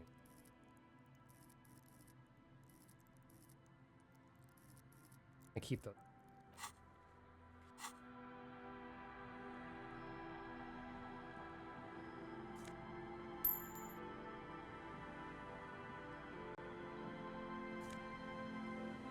Morale. Oversized superstar sunglasses. Hell yeah. There's a trap in the reeds at your feet. Behind you, the ruins of a residential building rise over the reeds, shielding them from the wind. The reeds rustle confidently. Pay the fine of the station not to use, so no corrupt cop pocketing the fines at scene. Again, immersion broken. Yeah. When this district Yeah. was booming, the reeds were kept at bay. Nothing obscured the freshly painted facades. Nowhere for drunks and adventurous teenagers to hide. Now only the wind blows. Locusts are crawling around in the trap, confused but uneaten. You see no carnivorous reed phasmid gorging on. Big surprise. Anyway, 1 down, 3 to go.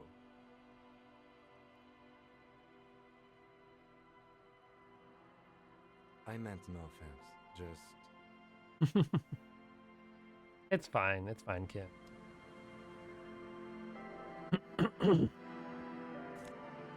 Hey. We're getting precisely fuck all done today. I'm here for it. I mean, okay, never mind. No, we did figure it. We did find this. Find the armor. Did find another dead body. A scattering of bullet holes is spread across the cracked wall, reaching from one corner to the other. Visual. Good.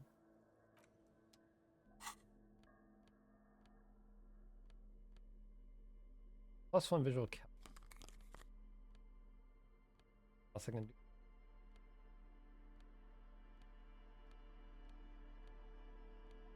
Thanks. Oh, I do. Hey, there you go.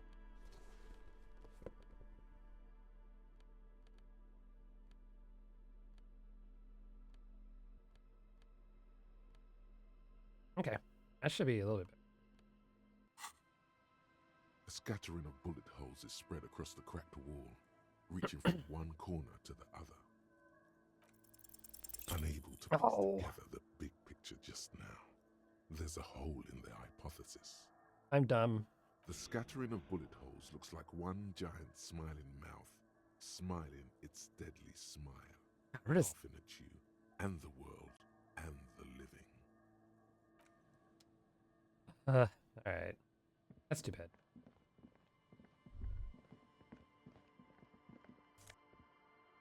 Yeah, take off. Thick. Oh, more shivers. Oh no, okay.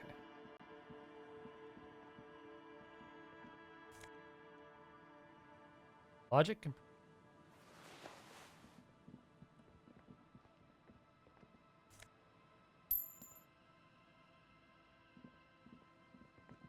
Janine, is that visual calculus worth popping a point for, or like?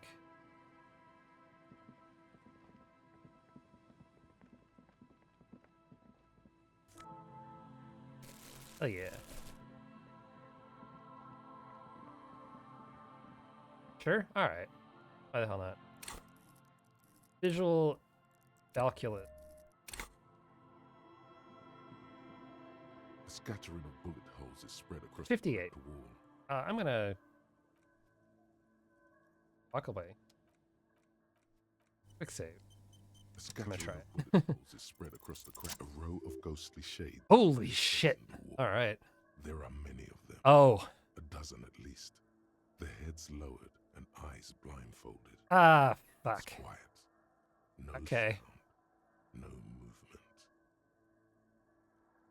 I like how often the game gives you the morale damage for self-deprecating responses to things happening. Yeah, I probably shouldn't. Probably shouldn't lead into that.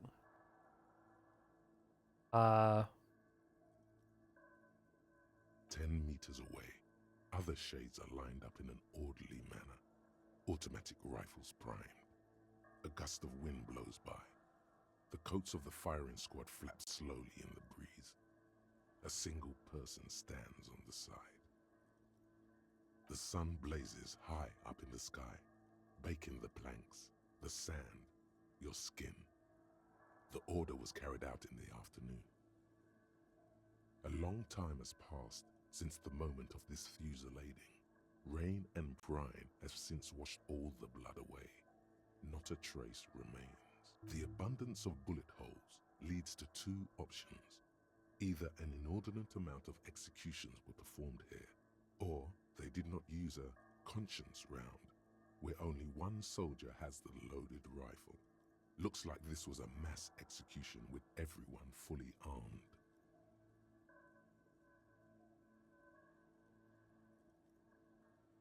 don't know. I don't know who died here, lined up beside that horrible wall. It could have been any of the parties involved in the revolution. Perhaps the ones executed here were the loyalist conservatives, killed by the communists at the start of the Civil War. Or it could have been the communists, put to death during the last stretch of the conflict by the coalition forces. These look like coalition soldiers. Another likely scenario. Or maybe. What about the people from the coalition? These. Yeah, it's very unlikely the coalition forces were the ones who died here. They were always the last ones against the wall.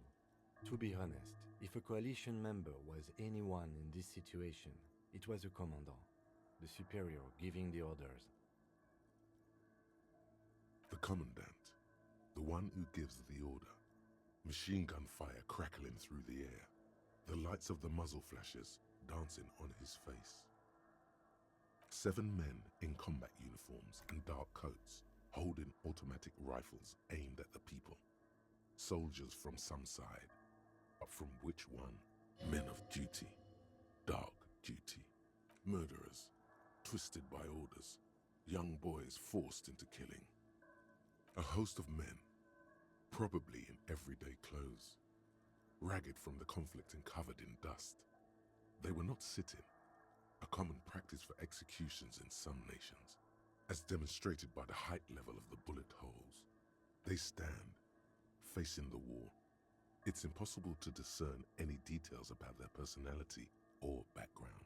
Ordinary people, familiar, each and every one of them. Comrades, the forsaken, the wretched, who tried to rise against the horrors of the world. Damn. A cold sea wind blows away the figures. So, like, Kim was looking at it too. Like, is that like a pale superpower or something? Is that diegetic?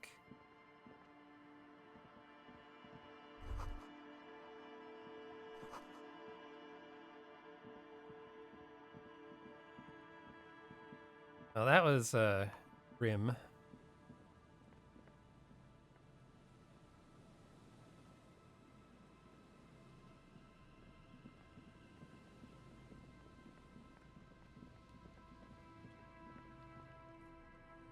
I don't mean to zoom so damn fast. I can't pick up that bottle, huh?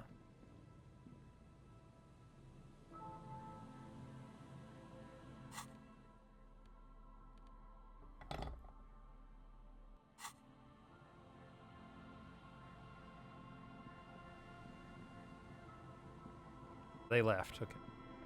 This is the trap Morel just set. Checking it over, he said, is just a technicality. But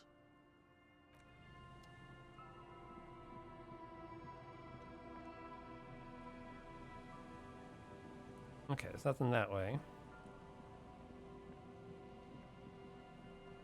Let's go back.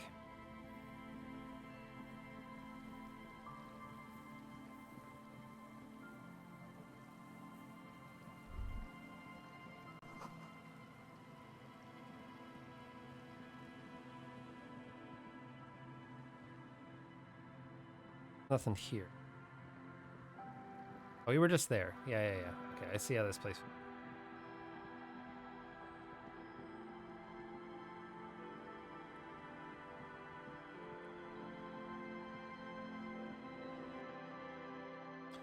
Inside.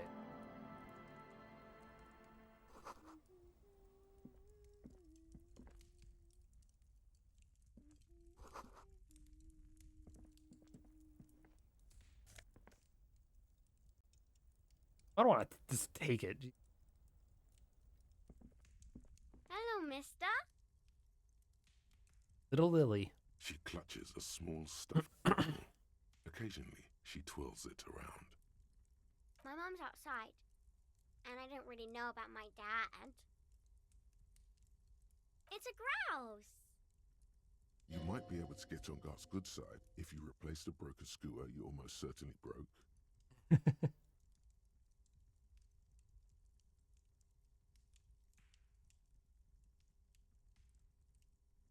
Sure, just go and get it. I don't like it anyway. It looks angry. Okay. It's Lammy. He's my friend. Sort of. Lambie is a stuffed lamb that, admittedly, has seen better days. One of the eye buttons is missing, and the fur is tattered in several parts. Looks soft. Yes. Very soft. I'm not gonna say the bad one. Isn't he soft? Yay! I got the cuddle with the plushie and it healed my morale.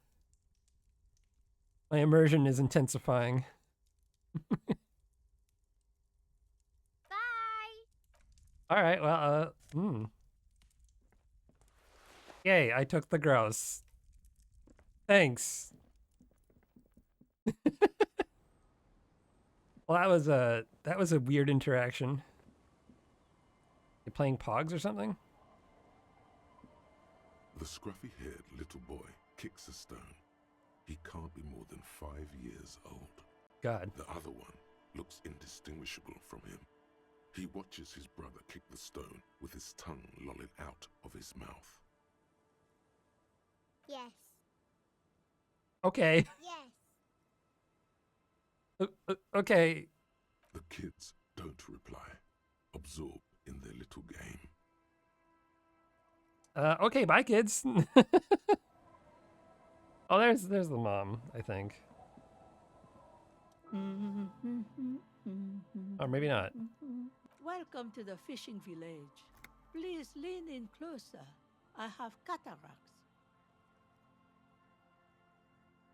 Oh, welcome, police officer. Trying to pass it. Cause any trouble around here. And we don't want any trouble either. Drunk cop barges into house, interrogates an unattended 5 years old. Steals a taxidermy bird, rubs his cheek against a plushie, refuses to elaborate, leaves. We are not here to cause any trouble, madame. Trouble? Say the second thing, Bratan. Shows you got style. Oh my god. We're cops, we're hellraisers. Click, click, bang, bang. No. Oh, of course. Last time we saw you around here was 12 years ago. You also came to take care of trouble then. Wish you did. But still, in Martinez, you're considered an ill omen.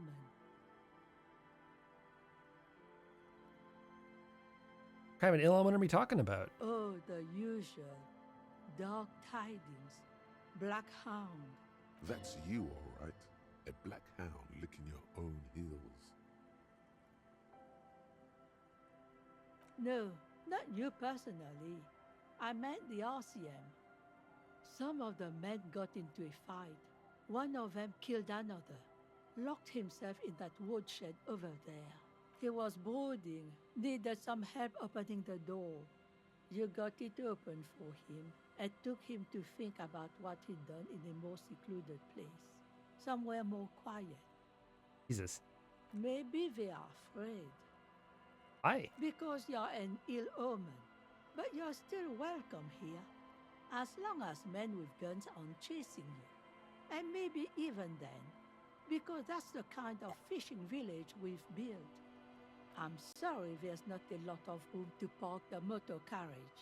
And not a lot of houses. Or a lot of people. My kids are long gone. Searching for treasure. So are others. Ah, look at me ramble on. What brings you to us? What could someone say around here? Stay? Most people here are trying to leave. That said, if lodgings is what you're looking for, I've got Oh, a spare room in the shit. shack. Oh, Larry found somewhere to park his motor carriage. All right, yeah. God, I would really love to get out of that fucking awful hostel that I'm in because they cost so much money, dude. I won't charge you for it. Take it as a gesture of goodwill from the village to the RCM. Hey, Green Cute, welcome to the chat.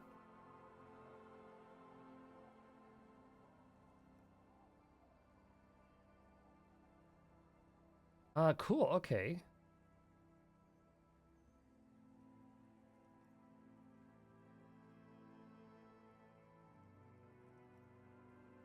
No one is using it, and God knows it's not much anyway. You can stay there. All right. Don't make an old woman regret opening her house to the place. Well, if you are not in the hostel in the morning, I'll know where to find you. Here, in a shack. He's a little relieved you're no longer in that room. Yeah, fuck me. Should he? This environment encourages one thing, and one thing only. Drinking. Well, I don't have any alcohol, so I'm fine. Finally, you have those lamos of matinees off your back, Bratan. This looks like a great place to bring chicks. Yeah, it does not. It does not. I'm not. I can wash it for you, but it's going to take about a half an hour. Think you can stay put for that long? Sure. Hell yeah. No, we must run around ceaselessly. It would be torture to stay put. I could use a breather. It's been another track and field day. Yeah, sure. Well, hand it over then, and I'll Sick. see what I can do. Yeah, I'm no longer paying rent. Let's see. I'm proud of this one. Oh, It's shit. pretty nice underneath all that filth.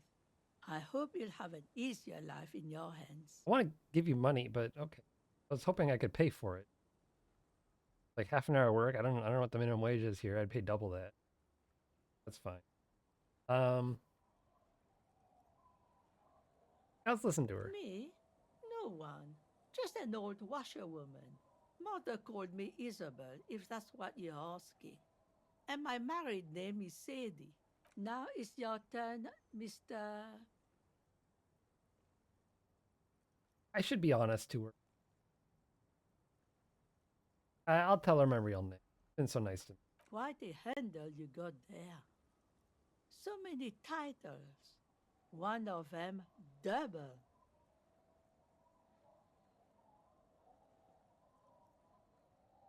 She's got a couple of ranks herself. Honored chief and so on. That's to get your signature. Eh? What's this about? Come now, I can't read all this scribble. Tell me what it says. Oh, never mind. Nothing good ever comes from paperwork, in my experience. Yeah, all right. I'm gonna hold off on that. The door has seen better days. The layout. I'll wait outside to give you some time and privacy to check out your new living arrangement. But just so you know, after we are done with the day, I'll still be staying in the whirling in rags for the night. We'll meet in front of the shack in the morning. The key turns with a satisfying click. You can enter the shack now. Cool. In here. An old mirror hangs on the wall. You see the reflection of your face in it, adorned with the expression. Ooh. How to stop the expression from happening. Oh, because it was a white. That's low. Could try to. Okay.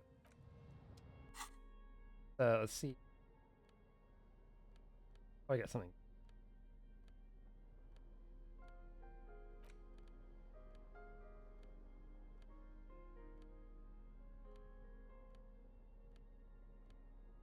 I had these freaking nerve glass.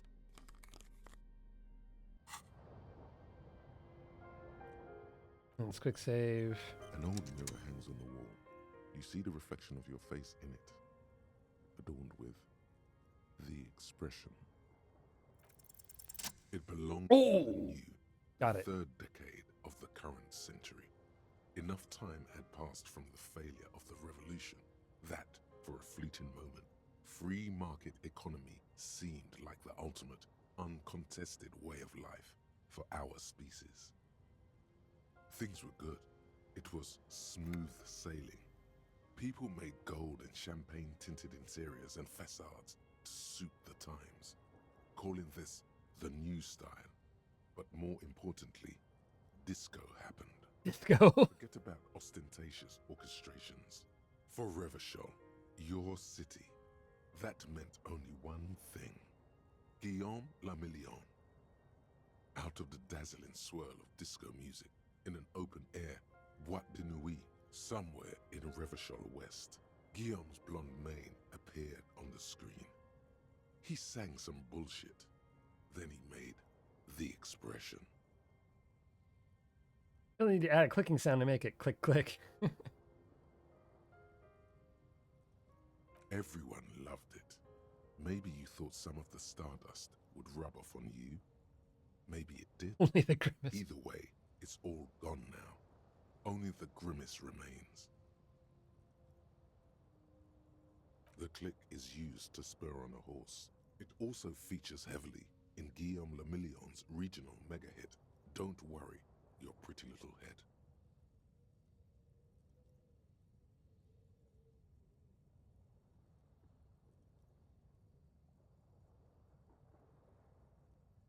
Kappa set. Second. Give me a second, I have to put.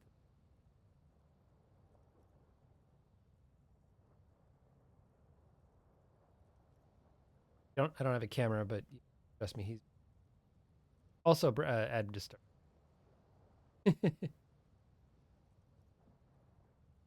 Hello.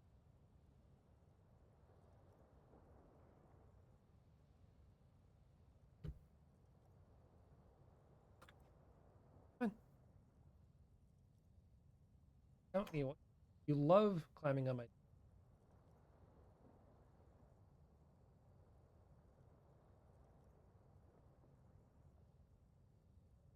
Here.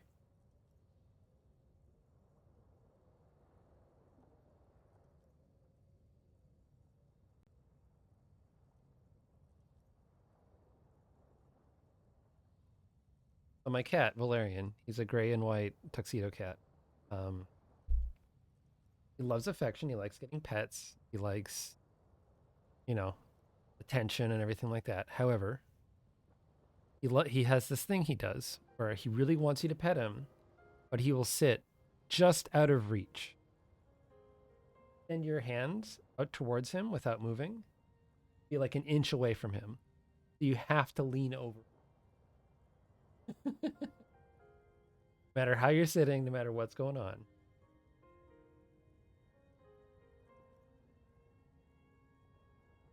The space between. Oh, my bad. He's gonna.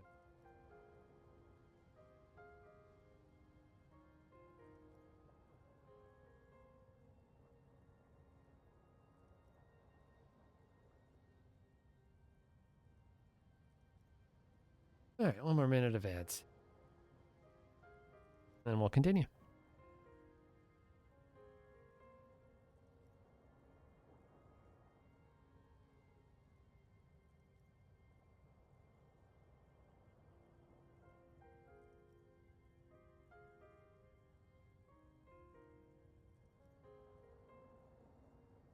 Collision, impossible failure. The cat sits out of reach. You lock eyes, urging the cat to come closer to be pet. But the cat's will is indomitable and yours remains flimsy like wet cardboard in the rain. You pet the cat. It do be like that. Oh, man. What is it? Sleeping on my bed now, or he's curled up on my bed.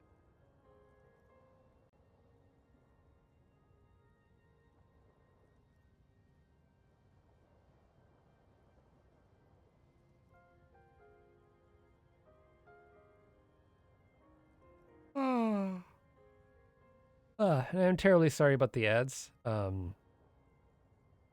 don't actually, as far as I know, make any actual money off of those. It's literally just, I have to have ads on my channel, which will not allow me to turn them off.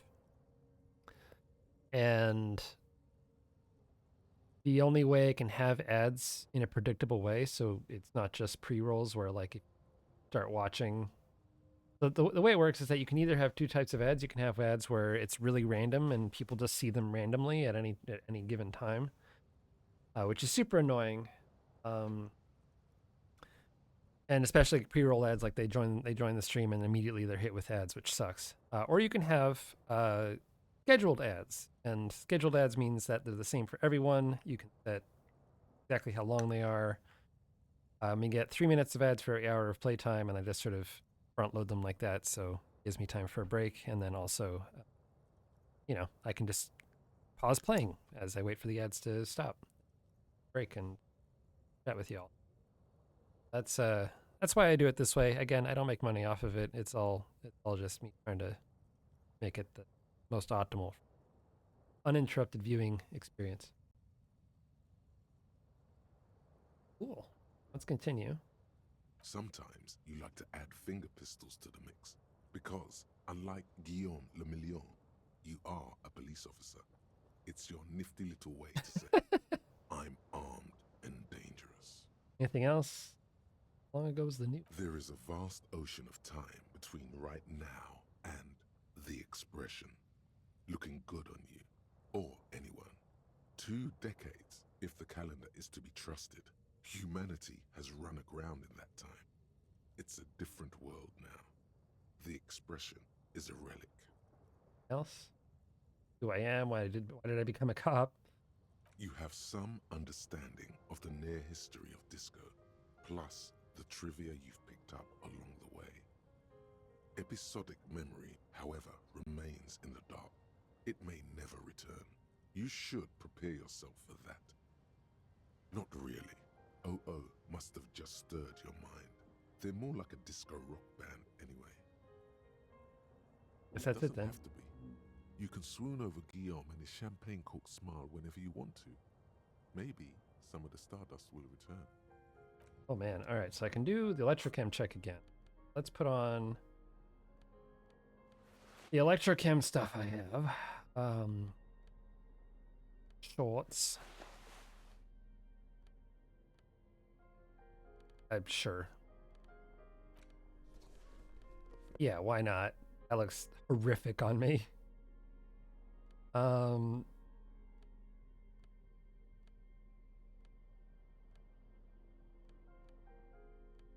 think that's all the electrochem stuff. Oh, both of them had electric.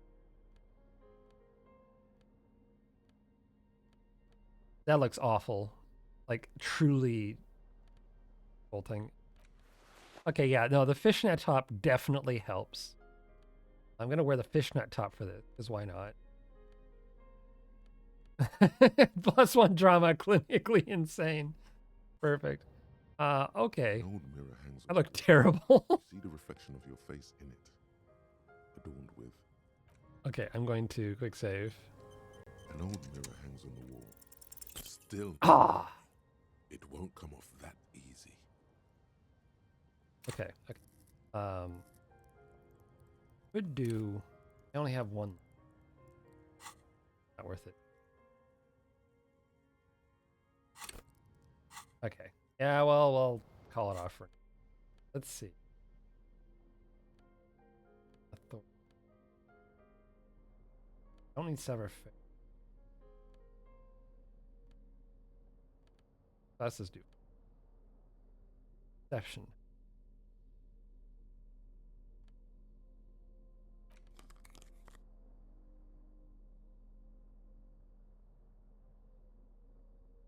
Oh, the new Windbreaker. Yeah. Main threshold and half-light. Damn.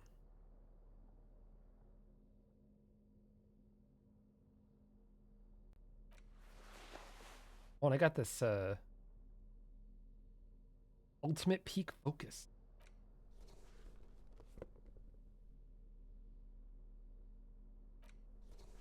want a lot of logic stuff. Perception is.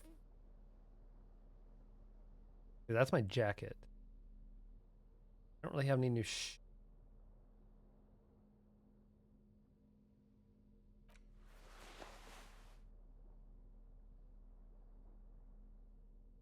Okay, I think that's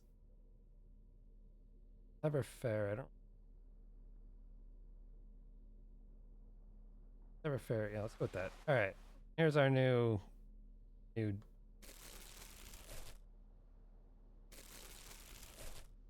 Cool. A new outfit. Looks sick. Is there anything else in here? Oh. Oh, neat. +1 logic vest. That's neat.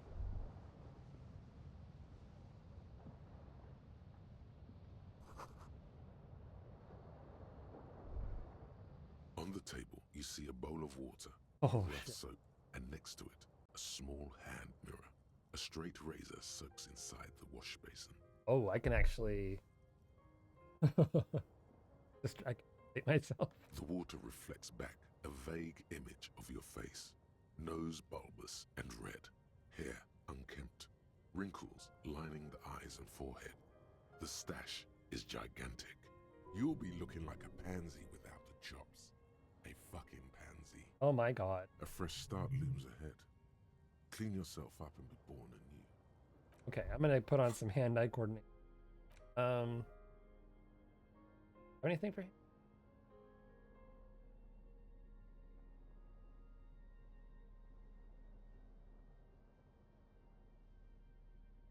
We're done at this point.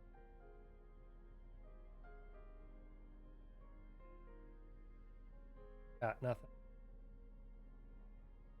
Alright. Cool. Well, let's try it again.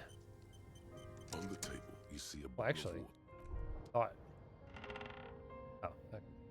On the table, you see a bowl of water, a rough soap, and next to it, We'll check if anything I'm wearing is a debuff.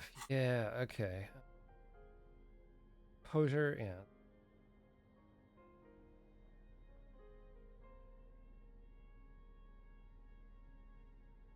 Perception. on the table, you see a bowl of Alright, well. a rough soap, and YOLO. a small, like an artist Hey! brush or a master swordsman. You use the small mirror and the straight razor with some soap to remove all that unkempt hair from below the nose line. The sharp blade chafes against your skin, producing a scratching sound. The surface underneath the beard feels tender, the air brushing against it chilly. They feel so smooth, surprisingly so. A feeling of freshness overcomes you, as if you just came from a cold bath. The water reflects back a vague image of your clean-shaven face. Despite the bulbous nose, unkempt hair, and persistent swelling, you look a little younger, maybe. The beardless nature of your cheeks makes the expression more like a terrifying grimace. Okay. An old mirror hangs on the wall. You see your reflection in it. Ooh, +1 shaved. Okay. Trying this a lot. Oh my god. Oh no. Oh no, what have I done to my boy? Oh fuck.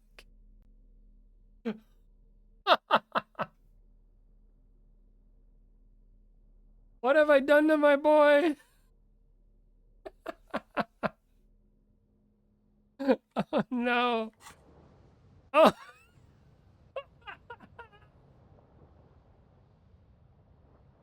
Oh, I can't. I can't. He looks too much like my racist uncle. I can't. I can't. I can't. I can't. I can't do it. I can't do it. That's a spitting image of my fucking uncle, man. I can't do that. No. No fucking way. Jesus Christ. Oh, that was so vile. Oh man. Oh.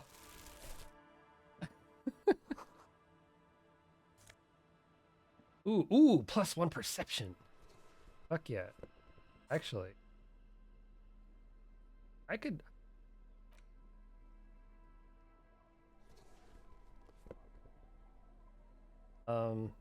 Perception? Yeah, sure. Fuck it. Hello. Hi, officer.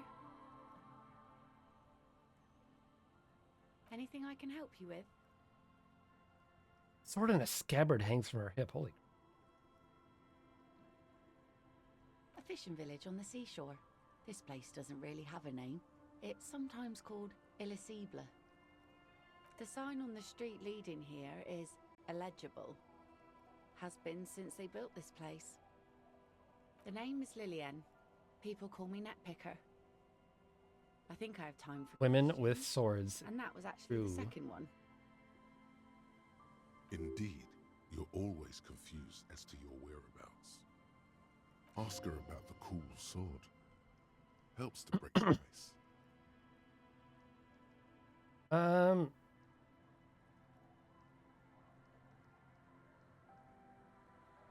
Nice sword.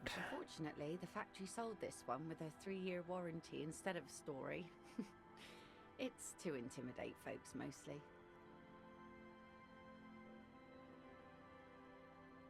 It is imposing. It's a regular mass-produced sword, like a shovel or an axe. Nothing fancy, just for intimidation. What do you need intimidation? From time to time, people need a lesson in respect.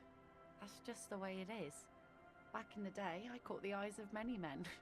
And believe me, men need a lesson in manners from time to time. Can I borrow that sword? No, I'm good.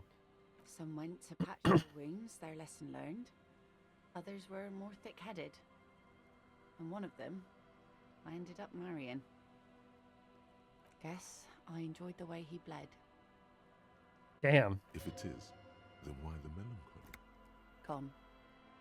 The harbour seawall endures the wash of the freezing waves.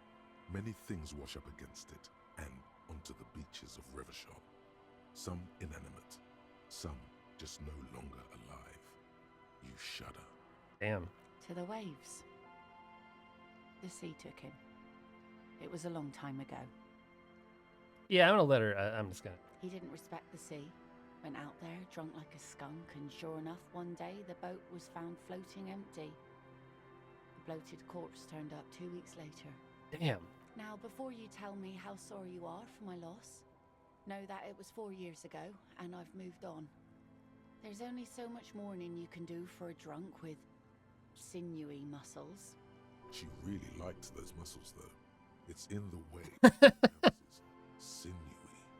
Electrocam, you're just on, dude. Oh. Yeah, death is nothing. I shit on death.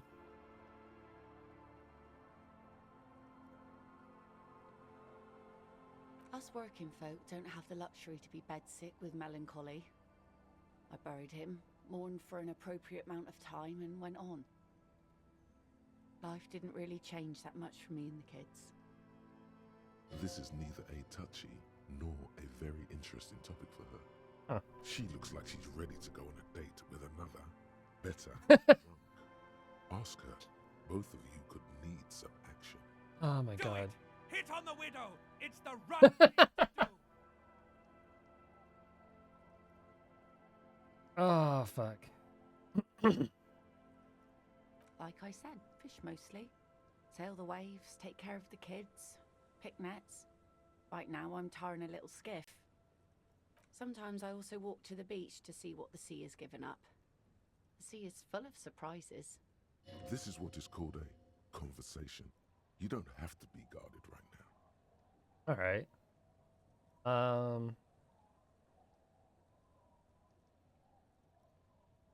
Wood, pieces of glass. Every once in a while we see dead bodies. Human, animal, fish, other odd sea creatures. A mine washed ashore once. Bottles, drugs also.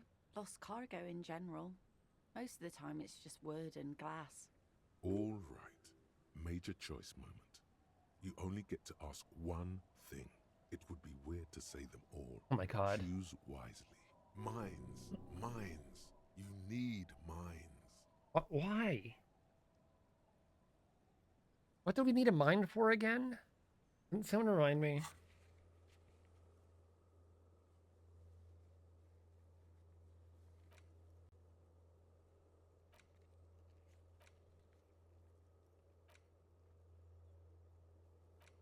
What do we need mines for? I don't remember. That's so bizarre. Put away, Seth.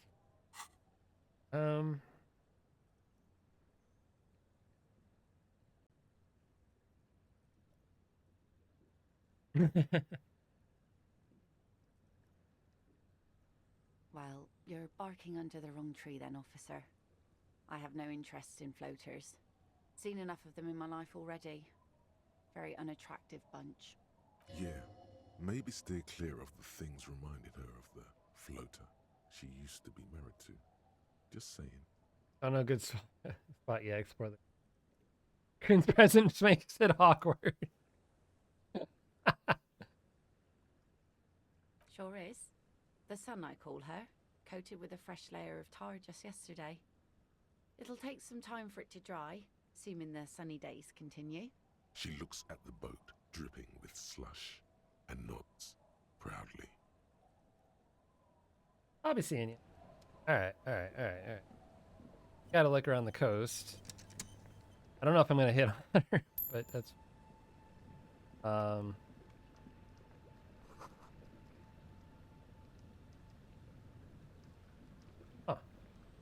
Fascinating.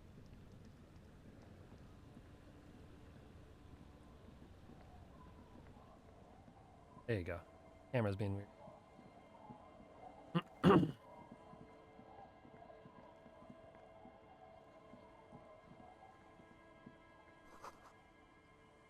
Oh yeah, we need our rusty bar of crow. See what's in here. And morale. Dick.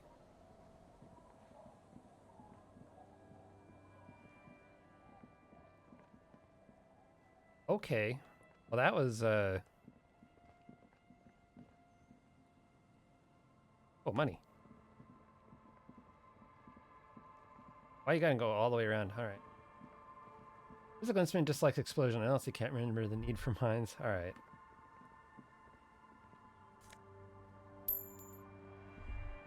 You stop mid-step, put your hand on a garish necktie. Oh, God. That bottle, Bratan! Just look at that bottle! What bottle? In this drunk's hand, on the pipe there, glowing blue, a mysterious, otherworldly blue, filled to the brim with holy mysteries. It's hard to know what exactly your vivid interior is speaking of here, but I'm guessing it's got a lot of alcohol in it. Oh, I think this is about so much more than cool.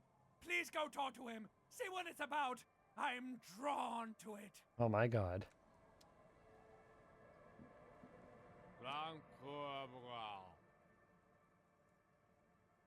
Don't you call her? Yeah! Don't call Abigail! Abigail, don't you... Abigail is his wife or girlfriend. Chances are she's gone. Calling her wouldn't make it any better or worse. Never thought you'd see such a thing in your life. But this guy's a little too drunk. Don't you fucking call her! Hear me? Okay. Don't call Abigail. All right, bud. Yeah. How you guys doing? Hey, tequila! Idiot Doom Spiral. Good to see you.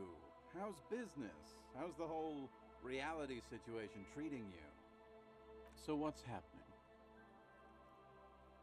Yeah, Tequila Sunset. How are the, high concept reality-based adventures proceeding? Good. These people know your true name. Looks like it has preceded you, Mr. Sunset. More on that later. Oh my God. I like this guy. You should too. He respects you by calling you your true name. For Sunset. Re-entered reality to reconquer it all. To bend it to my will. I am the law. 50 year losing. It makes me aggressively sad. I don't know. People tell me I'm a cop. I'm getting used to that. Hear that you're on top of things. Talking about used to, did you know that I used to be a real mover and shaker? In lycra jacket. Sadly, things aren't going that well in Idiot Doom Spiral Land. Haven't found those keys yet, haven't won that great piece of ass back. No word from my business buddies. This guy's your buddy. You feel it immediately. You belong to an organization, a fraternity of drunks. We are saving the world. Please don't go. Okay, Oh my we're God. drinking. We're drinking alcohol. That's what we're doing. I tried to save the world once. Many names of Raphael Ambrosius Cousteau. Enterprise, creativity, and willpower. But that didn't work out. So now it's a pirate's life for me. It's you. You're Tequila Sunset. Oh, that's our name. Okay. We've met before.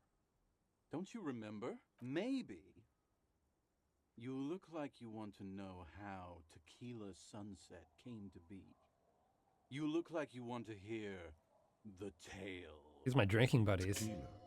Tequila Sunset. Something ominous there. Go ahead. Let me take a sip to moisten up my cords. Tequila Sunset rolled into Martinez last Friday, and by Tequila Sunset, I mean you, the man, the myth.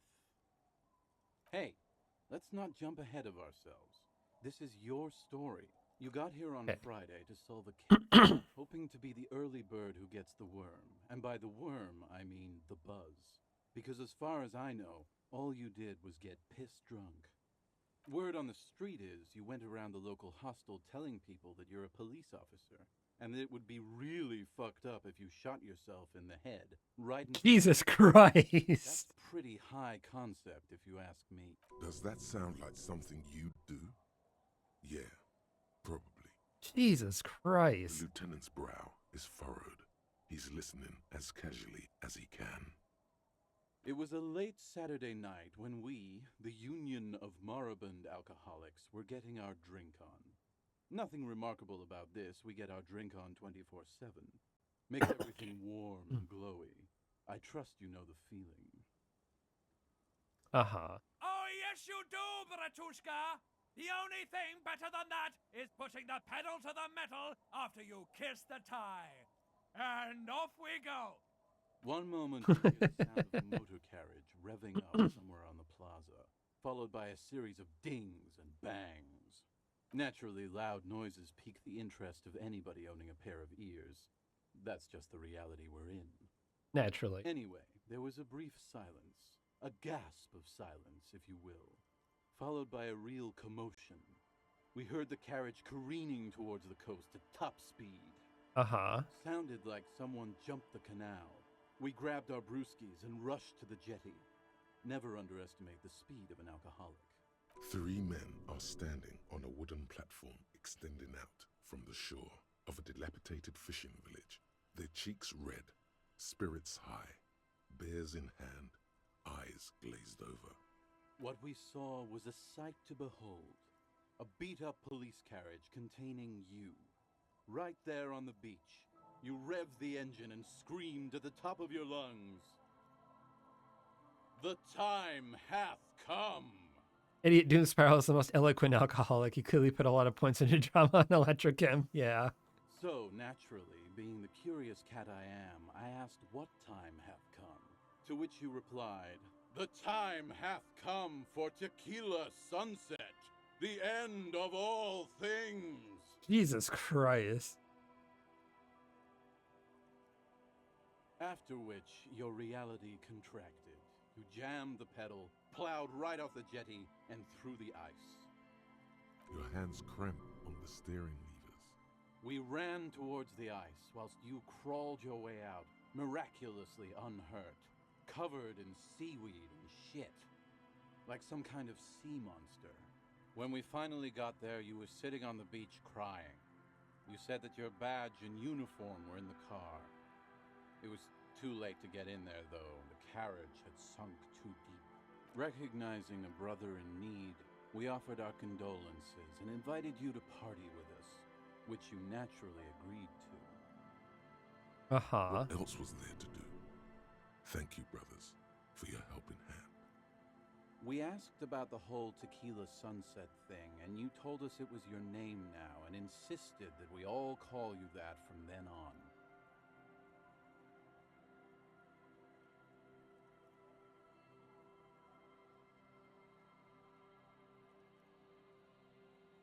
Yeah, sounds an event or a name. I'm not sure. I think you were the event. Tequila Sunset. You know, as opposed to a tequila sunrise, which is long gone.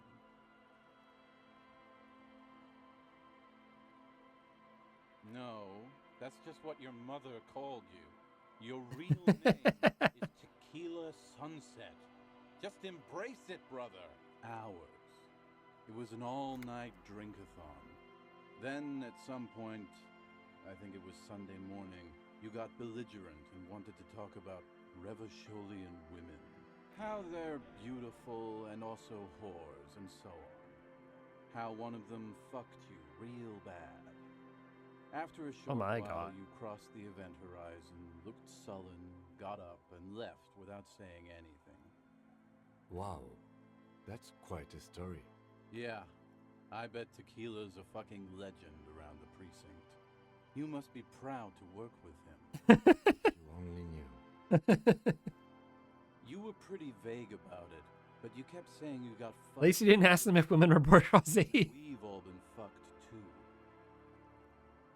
Please, don't open that door. No one's fucked me. I do the fucking around here. Abigail! It seemed pretty painful, to be honest with you. If I had to guess, I'd say you're still working through some shit. Beside your gun and your badge, you said something about your hope or heart or something. To be honest, the details are a little hazy. In retrospect, I guess you lost your motor carriage too? That's a big one. About politics? Yeah, you said it was no biggie and that you'd solve it in no time. And that you didn't need anyone to do it. You're doing it solo now. A lot of cops go solo and hermit once they reach that level of alcoholism. It's not meant as a joke. He's sorry for the hermit cop. You told us that they were a bunch of fucking losers whose Oh my god. was cramping your style. It's more like you were cramping theirs. Uh-huh. No specifics, though. It was more about you that night. You were the star of the show. Talk about politics? Yeah, you kept talking about how the coal mine owners were fucking us all over, just like that woman fucked you. I didn't agree with you, by the way. The spectral hand of the market makes sure everyone gets exactly what they deserve. Spectral hand. You kept calling yourself a goddamn superstar who'd cleared 501 cases. As you've already determined, the actual number is just over 200. But what's a little embellishment between friends? No thanks to the squares at the precinct, as you put it. It's a hard thing for a man to confront his past. That's why I avoid mine at all costs. Whoop-de-doo. So now I'm a fucking storyteller. Right, why not? Better than a beach bum. It depends, really. Are you willing to help me out? Yeah, sure, why not? The gleam in his eyes and the slouch in his posture is so incredibly familiar. I don't want it, man. I need it. So, have you got anything for good old idiot Doom Spiral? A bottle for a story. Seems fair to me. Sure, Commodore Red. Classy. Hey, Spiral Boy, you gonna share that? I feel like I'm enabling, but, you know, whatever. Don't call Abigail! Shut up, guys. I'm telling a story here. Something happened to you. Something happened to me, too. My actual name is George, but around here, you already know. I was once a reasonably high net worth individual, a founder/junior partner at a high concept creative services agency. I used the profits from my agency to finance what I called a cultural incubator. Abstract value generation, value per person. Oh boy. Concept stuff. I developed the paradigm, worked within the paradigm, but the burden of leadership weighed heavily on me. So I went jogging every so often to keep myself sane. It did. With my trusty Sansarique tracksuit, I felt like I could conquer the world. Uh-huh. But now dreams are worn thin, much like my tracksuit. One day I left on my evening run. As you may know, it's impossible to clear your head when you're distracted by the sound of keys jangling in your pockets. He's right. It's incredibly annoying. So I removed the key ring and put the keys for the front gate and the apartment into different pockets to stop the jangling, you see? At least, that was the plan. I was halfway done with my usual lap when it started to rain. The reality situation became very wet, very quickly. I made my way back home and discovered that I didn't have the key to the front gate. I'd mixed it up with the key to the letterbox, which was useless. Naturally, the situation required me to climb over the gate, which I did. There was no climbing down because I slipped and landed on my ass. Uh-huh. Reality was looking rather grim just then. Me lying on my ass in a mud pit in the middle of a heavy shower. But when life knocked me down, I always got up. So I made my way across the yard.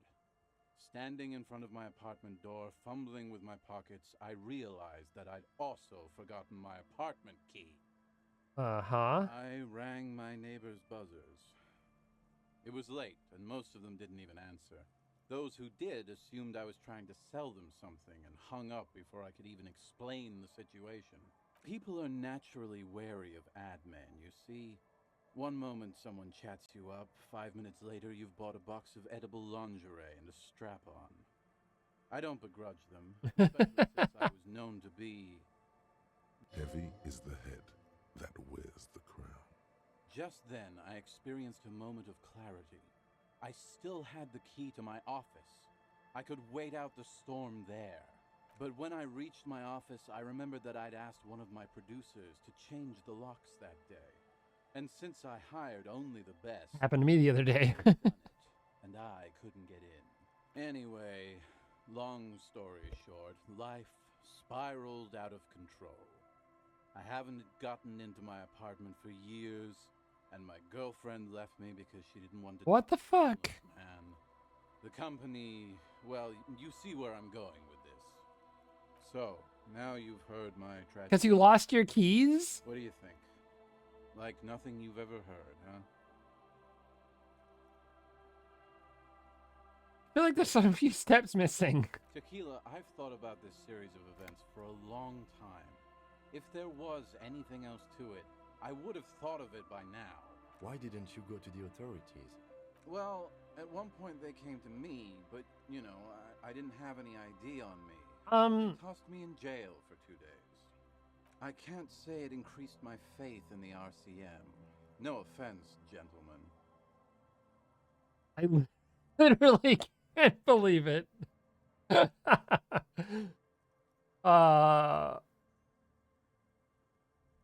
Me neither, Tequila.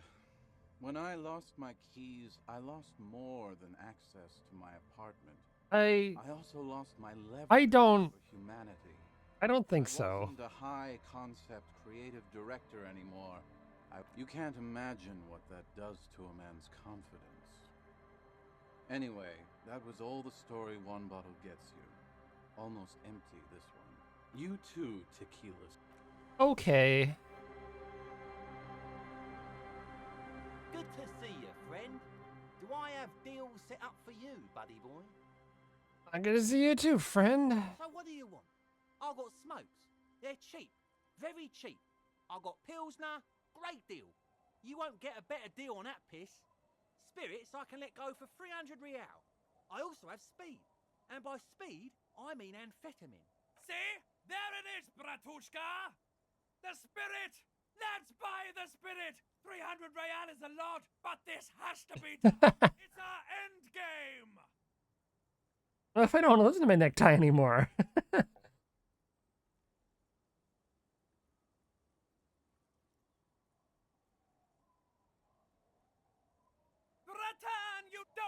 understand? It's not just another drink. This is what our relationship has been building towards all these years. This is the climax, the mystery, the virginal sigh.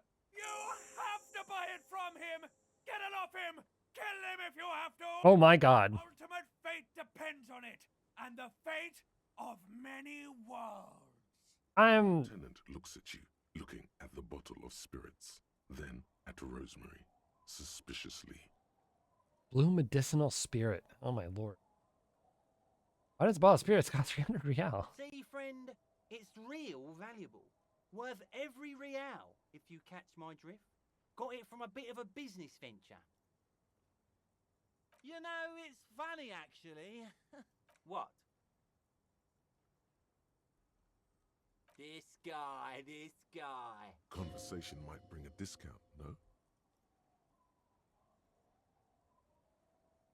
Oh, this is medicinal spirits. The good stuff. Got it from the doctor's office. He ain't shitting you. Oh boy. Spirits are a blast, Bratan. The flaming truth of this joke of a world. I got one of those scientific ampules a few months ago. Torpedo, they call it.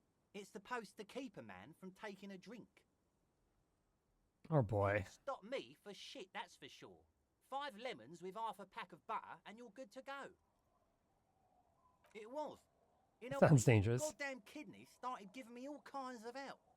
Finally, the missus took me to a private doctor's office. Not a charity, the real thing. Those arseholes charged me 4 real to remove the damn thing. But I came out on top after all.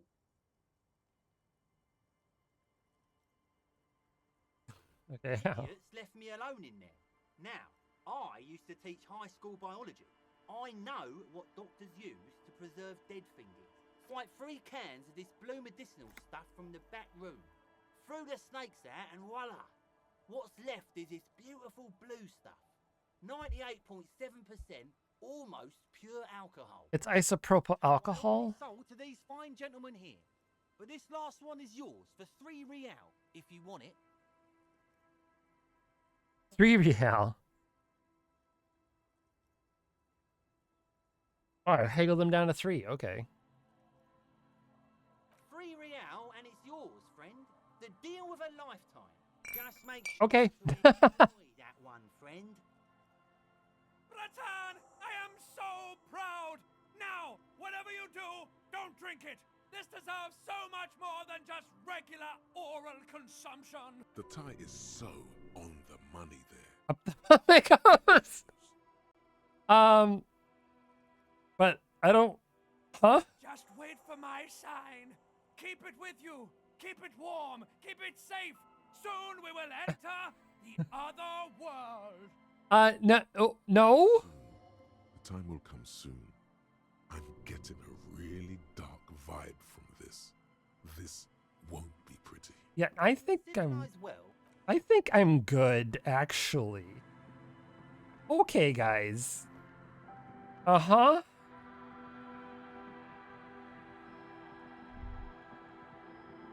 Oh, I got another reverse. Drop in temperature, an easy flow there. An empty street before you, a thoroughfare unjammed with lorries. No more drivers smoking. I'm in uncharted territory? How so? Just silence. Even before it's a skill check to not do it. Chemically sweetened. Across the road, a forgotten bus stop. Corrosion has opened a hole in its roof. An elm tree watches over the building. Its branches are dripping with rain and snow. The road is smooth and motley. Craters filled with a black asphalt. The asphalt, first laid, is grey already. A row of tenements are under construction in the distance. A tub warm with water, white with soap. A man bathes while radio waves transmit the lottery numbers. 4, 18, 21, 4, 1. A modern washing machine rattles a drawer full of silverware. His boyfriend is on his way home. He brings tins of meat and vegetables with him. Their pockets are heavier with money, but only slightly. Number 312D. Young girls used to come here, huddled up, hoping for more warmth than their thin coats give them. The bus took them to school. It has not run for 8 years. There were not enough girls to sustain its cost. Craters pocked the surface. Children played in them until heavy trucks full of black pitch rolled in. The landowners have filled the craters with money. It is a vital artery of the flow of trade. All right. The wind moves the aerosol. A detective stands behind the boom barrier. A breeze moves a curl of his hair. Huh. Huh? Oh, I can't duck under the barrier? Okay.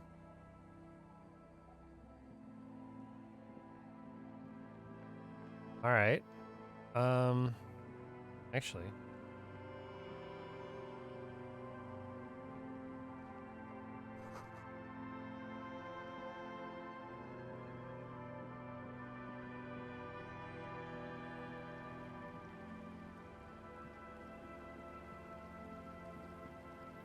Let's see if there's anything over here. If not, then we'll... I don't think I came over here. Oh, there's some money up there. Money!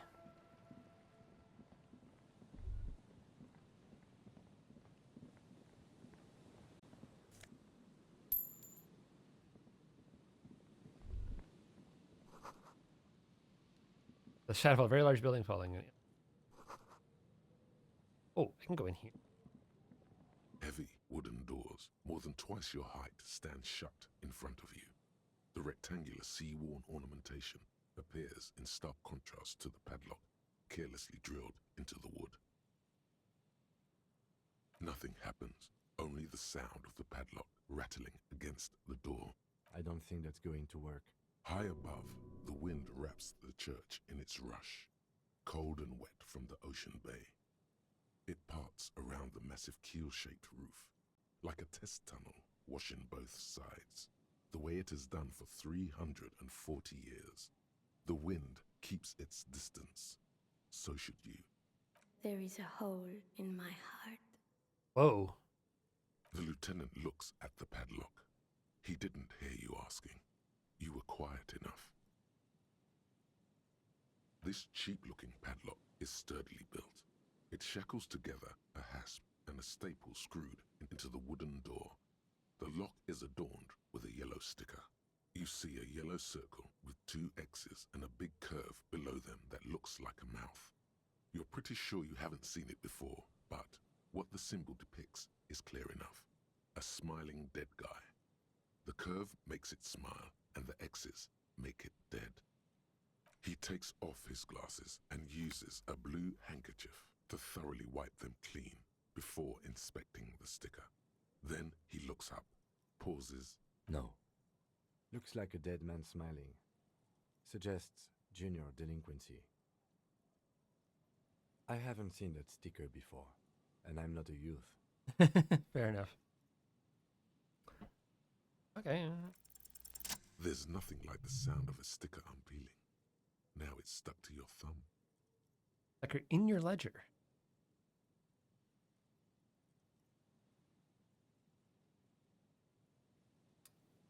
On your ledger. In my ledger.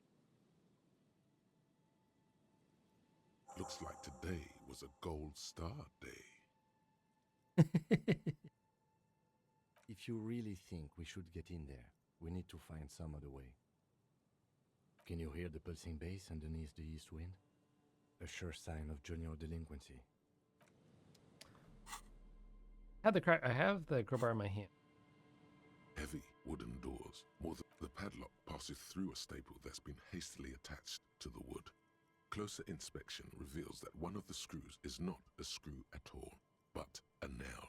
The work has been done recently and is unprofessional, to say the least.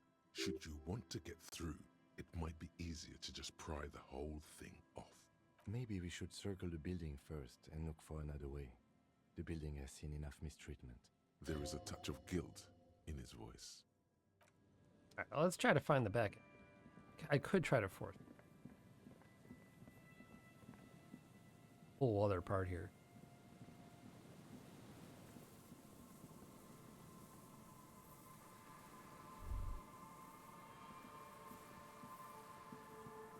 I'll come back to that. Oh, bunker.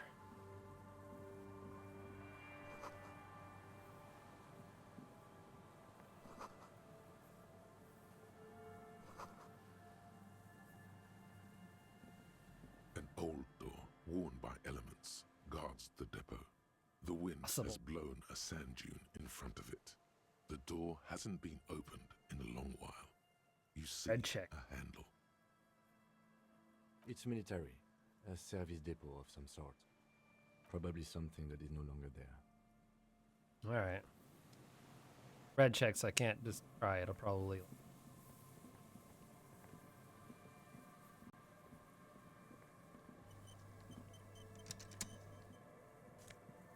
Ooh. Rhetoric, negative. Options.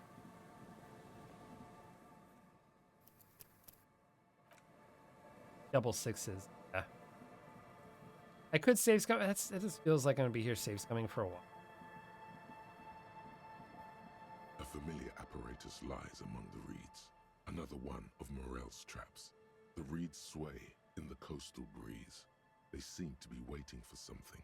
The wind picks up here, near the Cape's end, surrounding the narrow strip of land from 3 cardinal directions.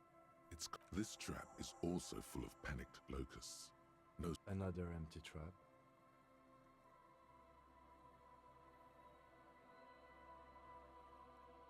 Always up for a good job. Otherwise, would I still be on this case with you? Reeds sway in the coastal breeze. They seem to be waiting for something. The wind picks up here. Okay, nothing in that trap.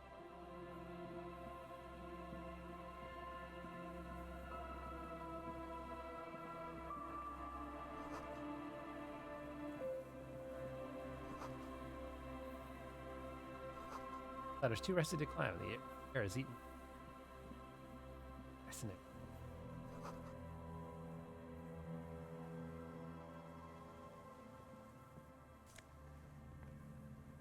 Scented scarf. +1 shivers.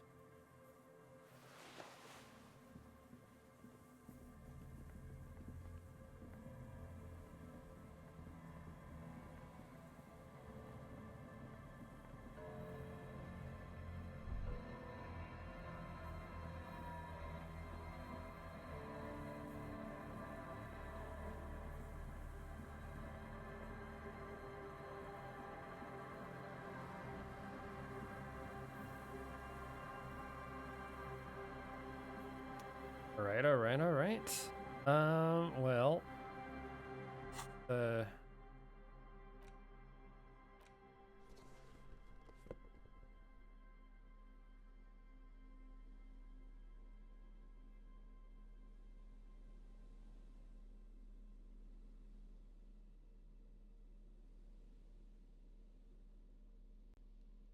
we're in the best thing.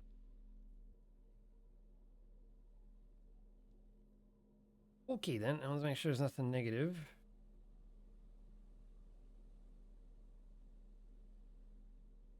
Nope. Okay. Heavy wooden doors, more than twice your height, stand shut in front of you. Jam the pry bar between the lock and the staple and apply force. I'd say somebody never got through. Yeah, I figured. Bulge from the strain. The metal creaks and squeals. The pathetic old wood, rusty screws, and one nail stand no chance against the forces of leverage. Suddenly, the pry bar snaps. Metal shavings fly everywhere. The upper half, between the lock and the staple, falls to the ground with a... Oh, no. I broke it on a succeed? I broke it on a succeed? Damn. The broken edge of the snapped pry bar is smooth. Took the tip right off. A bad omen. Beware of this church. Tools break, officer. Try to control yourself. For example, see how calm I am, although you broke my favorite pry bar. I don't know. You don't? Or maybe we'll find a new one. I don't carry more than 1 pry bar with me. I thought this was a lousy way to enter a place of worship that's already in disrepair. I guess the church agreed. Damn. Okay. I still can't get in. Even on a success. Jesus. All right, I don't want to lose. Mercedes going that one. Jeez. Brutal.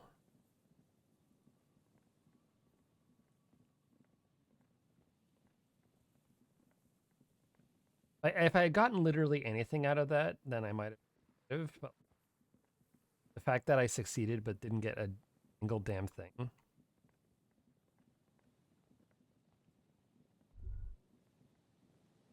Oh. More shivers.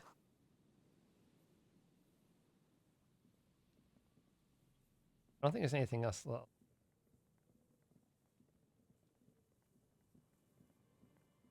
There's nothing else left. Okay. Oh, hello. Valerian is here. He's being a little kitten. Yes, he is. Kim did recommend going east of the church. Yeah, okay. Man, I tried looking around. I just couldn't see.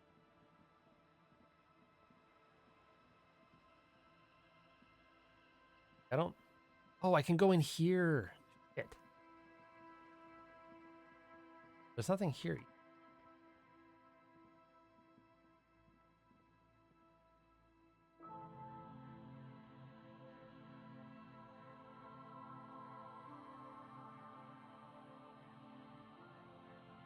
Looks like the kitten left.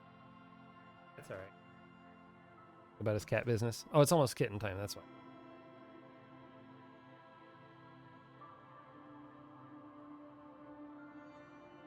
Oh, here. Oh, here's someone.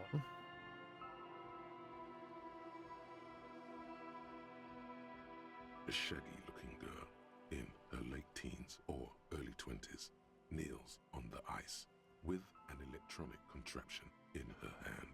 Hearing you approach, she looks up. Oh, hello there. It's cold out here, but she's not wearing a hat. She must be freezing. Everyone knows drugs make you invulnerable to cold. You bet this one likes to party. Oh my god. Huh? So should you. You don't have to do anything. Point at my head. Oh, I didn't notice that. Sorry, Okay. man. My mind was elsewhere. Shoot. A cell. Why? Why indeed? Forget it. Not a suspect. I don't care. This is a portable recording device. It's for field recording. Low quality, but still. Actually, just one wire. I picked on it till the braiding came loose. The wire leads to a contact microphone. Okay. Sure. Recording, I guess.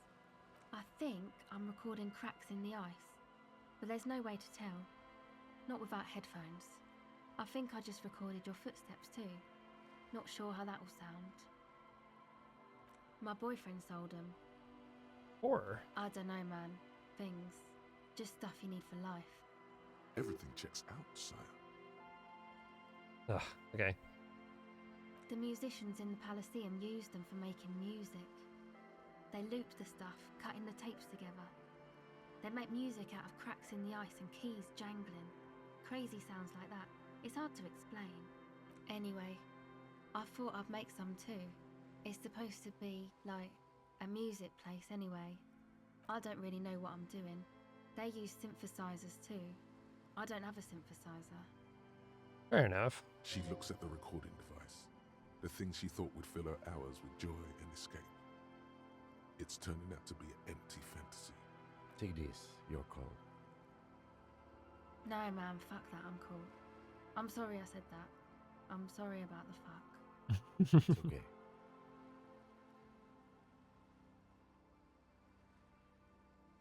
Give her your hat. Ooh. You should have said she didn't want anything. So.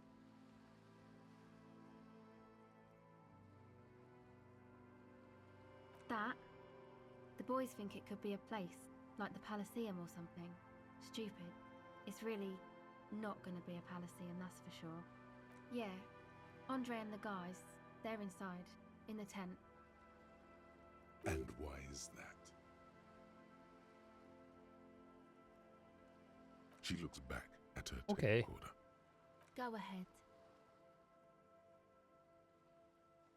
Why check me?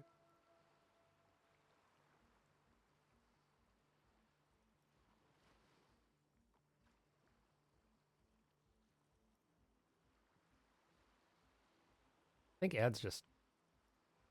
Yeah, I think ads just started actually. I think. Unless they just ended.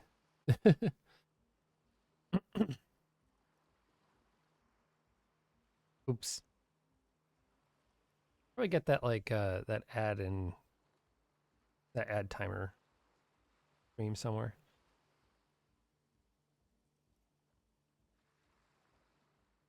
Okay, bye. Oh, ad just started. Okay. Empathy.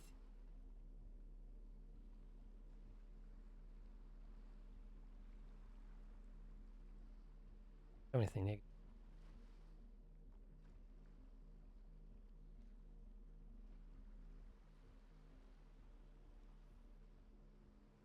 Negative empathy.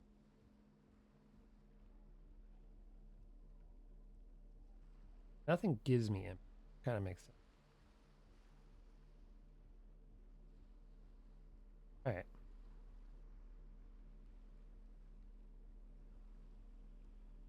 Do.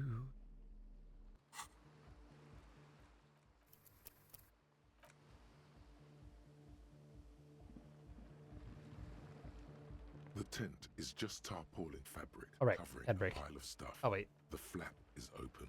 Inside, 3 young men are listening to some new form of music. It's like nothing you've ever heard. One of them looks at you. Heck.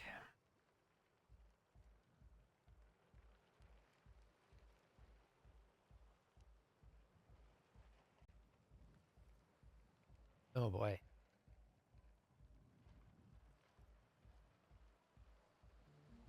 How are y'all doing?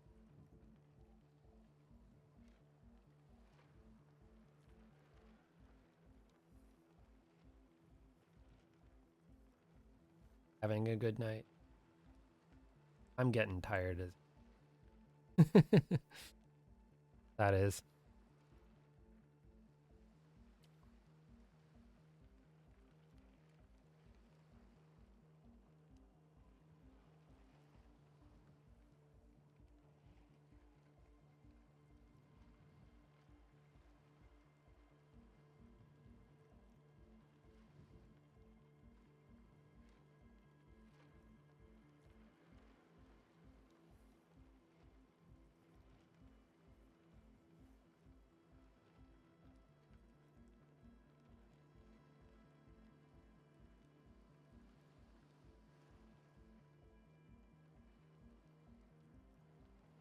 Oh boy.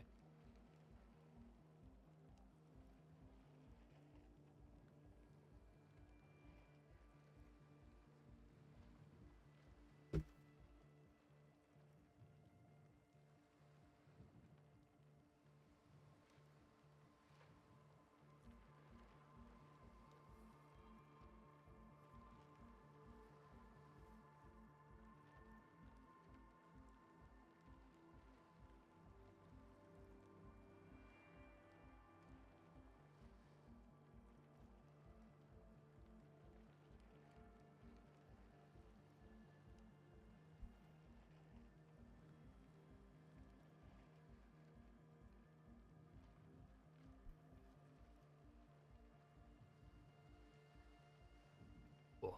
All right. Stretch. Lots of cracking joints. Oi. Welcome back, y'all. Come on, get in and close the flap behind you. The warm stuff's getting out.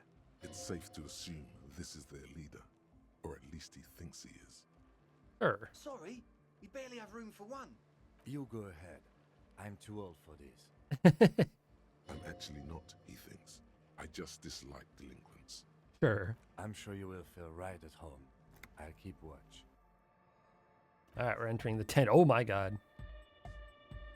Hi guys. A young man with Egghead hair holds up a Harman Walshi tape player, nodding along to the music. As though you're supposed to be sharing some tremendous evangelical secrets. Hardcore! Hardcore! Hardcore to the mega! Hardcore to the mega. Here comes the night! Could there have been a right way out of this garden of forking paths, you think? The young man with This is hardcore. Hardcore! Hardcore to the mega! Internally coherent. Internally coherent. All core! All right! Yeah! he furrows his brow as his very large head traces the sublime invisible movement of the music. Hardcore to the mega. Of the stuffy tent.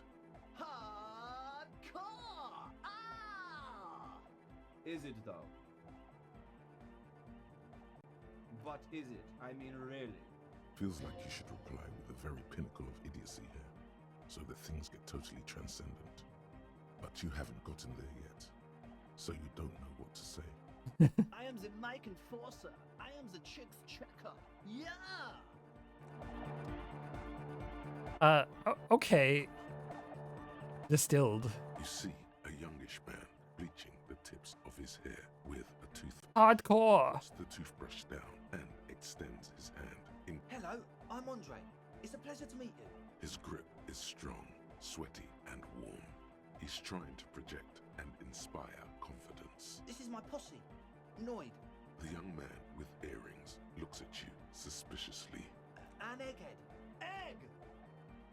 Egg!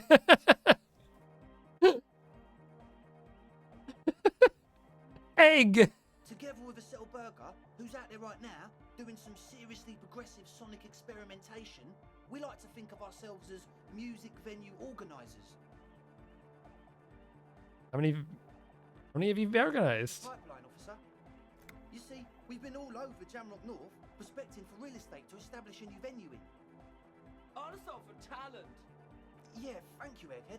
And while there is no shortage of raw unfit Egg. spinning tapes in Jamrock, we've had rotten luck with the real estate part. Place is a shithole. I apologise for my friend Noid's potty mouth. I realise this is not how you speak to a police officer. He has authority issues. No need, the place is pretty bad. Which brings me to the problem of occupied ecclesiastical property. I bet you've noticed the derelict hive of narcomania on the coast. An attempt to pander to your perceived conservative sensibilities. No person his age would ever use a word like narcomania. Narcomania. Face. Don't fall for it. I'm talking about the church, and I'm not exaggerating. Even a place of spiritual refuge can become a magnet for all sorts of dopeheads and burnouts if left unattended. Dopeheads! Burnouts! Dopeheads. Burnouts. Well, I'm sad to say, that's exactly what happened. Sad because we were just about to put Martinez on the map with one of the maddest dance clubs in Jamrock. Nah, strike that. In Reversholt. Strike that! The world! And sadder yet, because the dopeheads and burnouts holed up in there were the worst kind.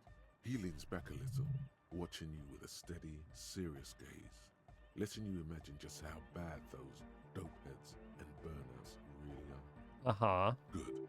This calls for an opinion. You're an expert in those. Won't stand for any narcomaniacs of any kind. No narcomaniacs. Shake your head gravely. These things on a bit thick. What's so bad about these dopeheads and burnouts? Spooky. What do you mean? What exactly do you mean by spooky? I was hoping you would be the judge of that, officer. All I can say is, their spookiness is the kind that keeps us from restoring this church into a community centre and a place of spiritual refuge.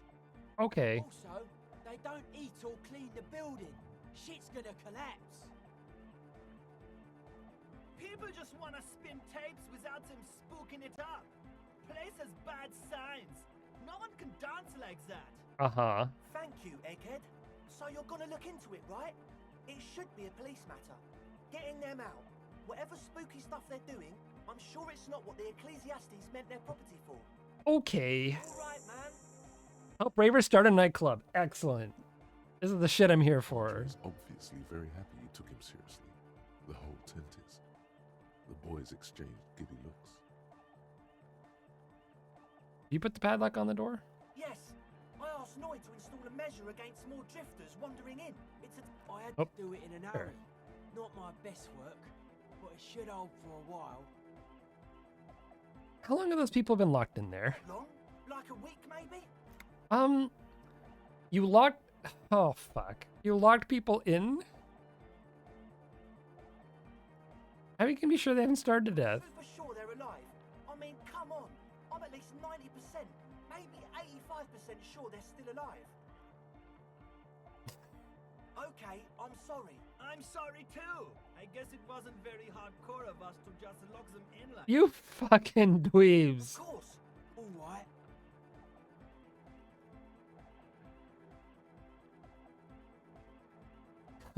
Fuck, this is a red check cannot be retried. It. Okay. You sense Hey! the little piece of metal and plastic. The object makes a small ringing sound as it approaches. Just the tiniest chime to your left. Ka-ching! The key hits your palm. The speed freaks nod to you approvingly. Thanks, man. Play it cool. Nods to you. A respectful nod. You proved something. Sure, man. Tell us what you want to know. Let's do it. Okay, okay. He's a quiet man. Mostly communicates through music and by being a master of ceremonies. How do you communicate with him? Well, he's just kind of here. I don't really know how to communicate with him. Have you ever really talked to him? Yeah, sometimes. When I stumble and find my way into his center, you have to hear a lot of hardcore to the mega first though. The man smiles mysteriously, choosing to let the beat speak for itself. Yes. What? See, you brought your own water. Yeah, yeah. Good to have, bitch to carry. When I first scouted the place, I did some reconnaissance. I'm not sure the church even is running water. Oh. It's distilled too. They sell at the fuel station. You're drinking distilled water. He nods enthusiastically. Oh, God. No doubt, a little relieved. Logic godly. Okay. As always. Okay. Let's see. I got like negative logic shit on, right? I got +2 logic. Fuck. +1 logic. Encyclopedia. +1 logic. Nothing here I'm wearing is negative. No, it's all plus logic. That's jack shit. Oi.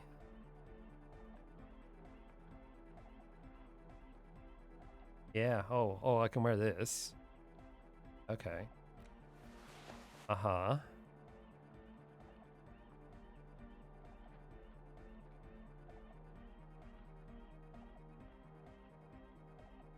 It's +2 logic. Okay. Hi again. So, Fuck. As always. Well, I'll save. I'm not gonna save scum this. It's like 8%. I'm probably not getting it. So, how are things going? Okay, so the Speed Freaks want to start a club for dance music. That much checks out. Youths like music.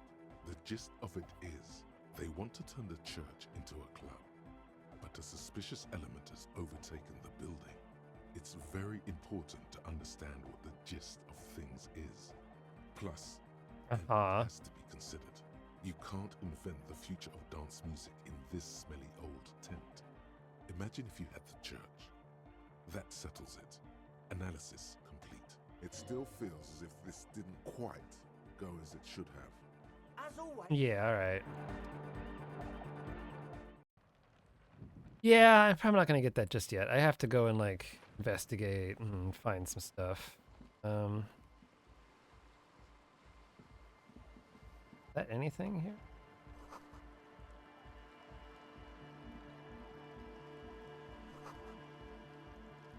Little humanoids. Okay.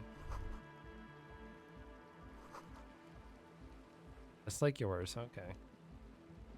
All right, let's go save people from their eternal torment. For them from their false imprisonment at the hands of a bunch of ravers. Jesus Christ. Okay. Heavy wooden doors, more than twice your height. The lock turn feels like electricity and a very small piece of nothingness. Let's go. As you do, you hear the echo of the doomed commercial area, its black holes and dusty machines. Then the feeling passes. A great whoosh of air rushes into the dark innards of the church, as though rushing to fill a great vacuum in the heart of the city. Perfect. Oh God. Where am I? Oh, okay, we're zooming.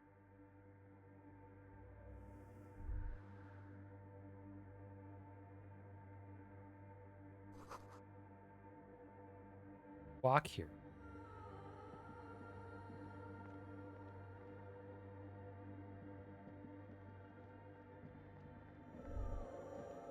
The silence in this part of the church, it's almost palpable. All the shifting matter and shuffling of living things is gone. Nothing seems to exist beyond the church anymore. Maybe if you were to stand in just the right spot, even your footsteps would be completely silent. And then it's gone. Almost all of it, but for the faintest of hums. Oh. It seems the sound here is detached from its source somehow, if not blotted out outright. Truly unusual. You can hardly hear your own breathing. You produce a few muffled thumps, after which the silence feels even more total. So your voice is barely audible. Not a howl, but the softest of whimpers. It's unnerving. Damn. The lieutenant points to his ears and shakes his head. Then he leans closer. Can you hear anything? Almost nothing. The church just has strange acoustics, some engineering trick. His detached tone conceals how uncomfortable he is.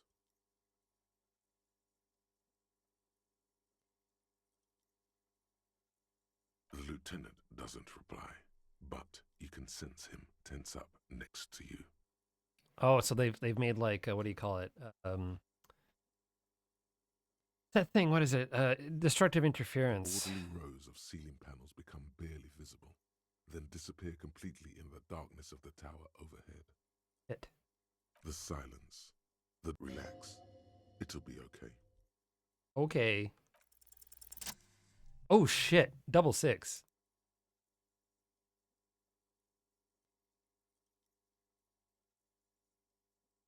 Oh, this is freaky. It's like there's something moving up there. Oh God. A shadow has emerged from the tower and it's making its way toward you through all the other shadows. Yes, the darkness makes the ceiling feel infinitely far away. It's not a shadow anymore, becoming more substantial. Oh God. The shape of an... I'm healing. Officer, is there something up there? Oh no. You've lost sight of it.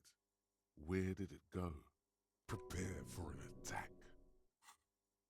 What? You see something hanging from the rafters, looking straight at you with dark eyes. Maybe it's possible to talk to it. Hi.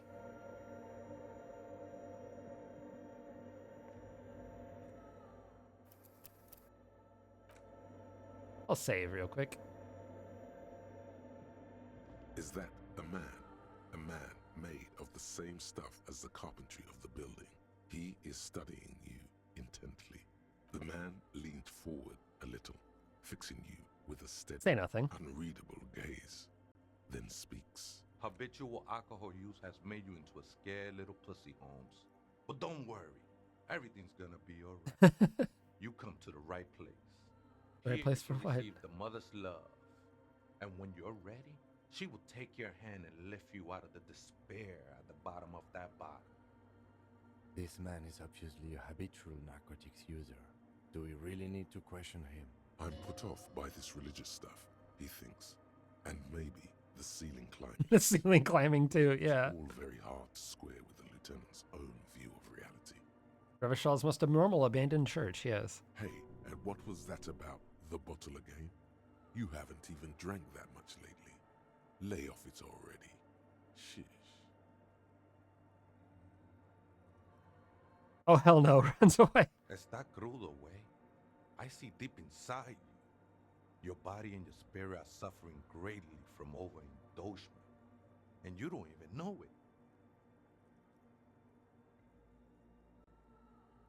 So I'm actually here to map some line people establish a neck. I know it's hard to admit that you have a problem. I was like you once. Couldn't take an honest look at the damage Albino was doing to my mind and my spirit. You know, actually, since we're here, you may want to pay attention to what the ceiling climber is saying. Look at these crazies. What is this shit?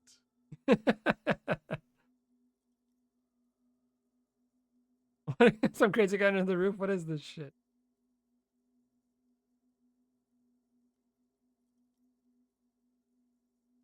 Unlicensed occupation of ecclesiastic property.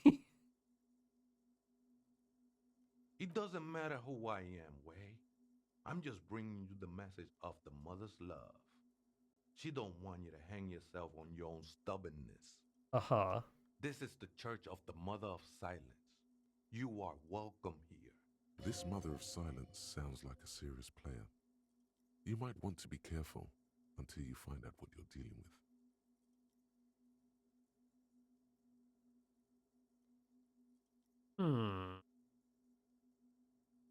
You just climbed down from the church tower. Sure did, Holmes.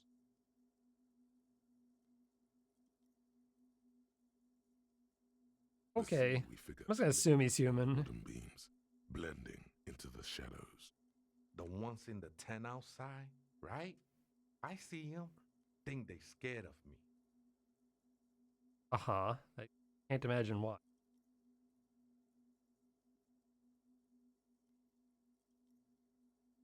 To be scared. Nah, man. They look pretty funny. And I don't harm no one anymore. Anyway. Though he used to, a long time ago. Sure. Probably.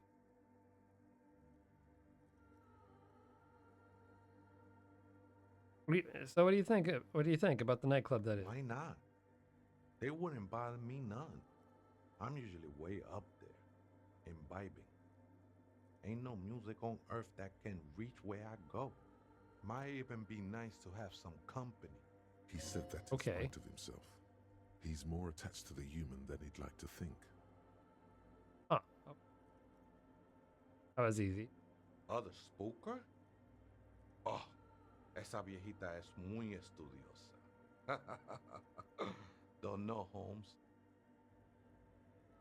You just have to wait until she comes back, or search through her radio computer. Ah. This is a special place. There's a perforation in the world up there. A way out into nothingness. This church was built around it for purposes of veneration.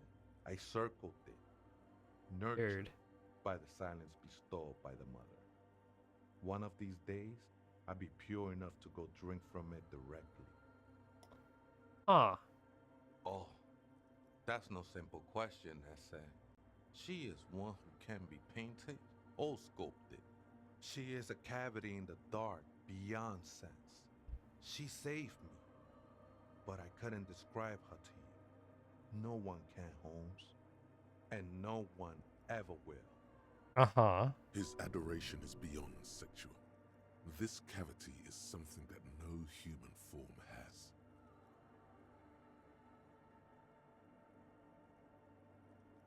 I will be incinerated, but not destroyed. Finally, at one with the state of the world before reality. Perforation is like a hole into the pail?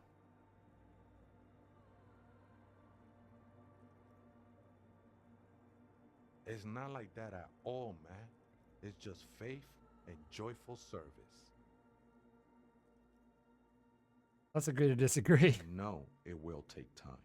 Don't sweat it. I know it will take time. Mother of Silence is the Yuri of absence.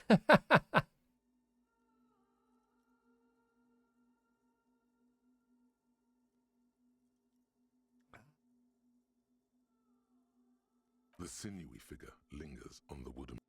Okay, well, I guess we are allowed now.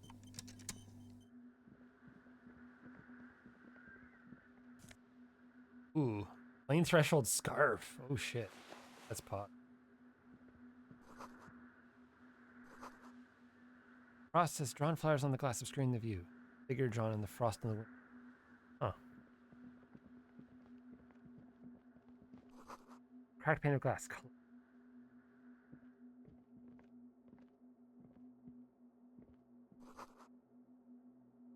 Perfect pillar.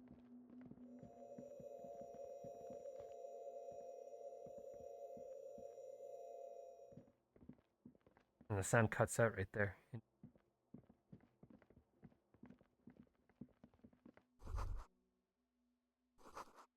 Gonna become one.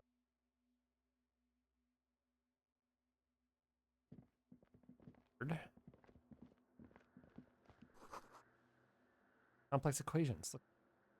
Complex equations.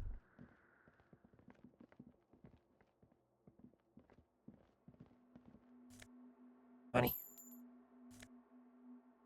+1 empathy shoes.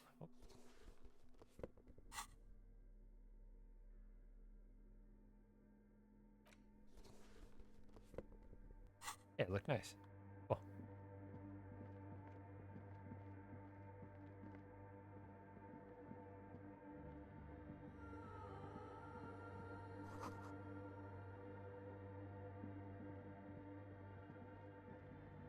Empathy of walking in someone else's shoes. Yeah, literally.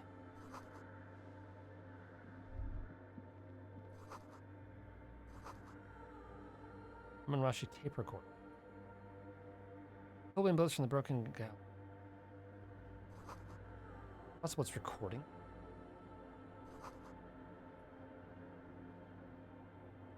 I'm not gonna go in there just. A machine stands in the corner, watched over by the figures on the stained glass window.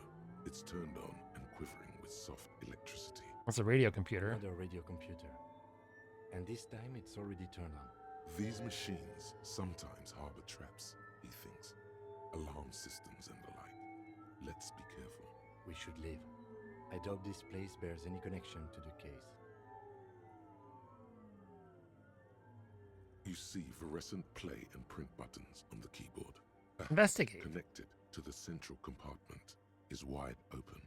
The lieutenant says nothing.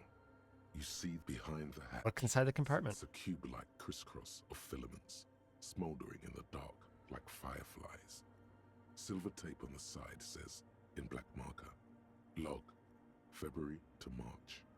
Another filament memory. Press play to talk with the repeater. The speaker comes to life. Static seeps through the machine's planar magnetic driver. An old lady greets you. Her voice sounds 100 years old. Good afternoon. Votre accident on Saint-Brun. This is the East Insulindian Repeater Station 1. Please repeat. Is this the personal log? It's the same old woman you spoke with through the radio computer. Oh, neat. In the doomed commercial area. Good, thank you. Please repeat. Is this the personal log? Good. Please repeat the password. Let's look around. There's no use trying to guess the answer. Okay. Received. I will register votre accident. Is there anything else I can do for you today?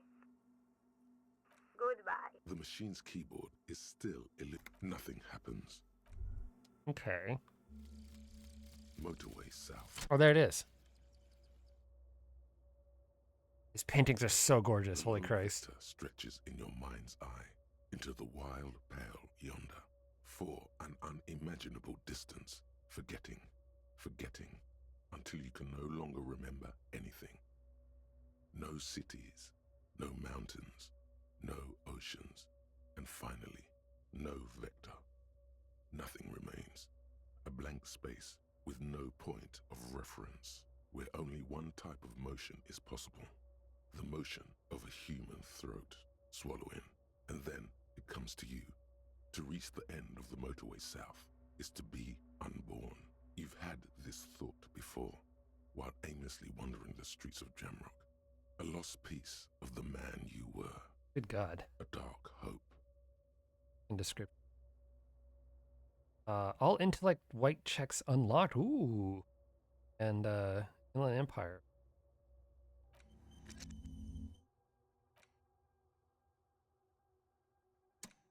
What else can we? Humpty Dumpty Center.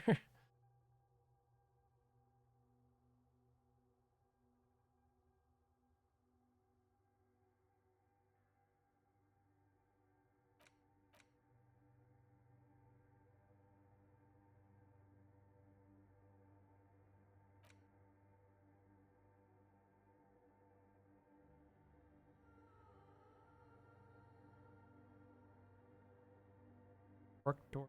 Oh my God! Like, I'm like nowhere near the end. Good God. Okay.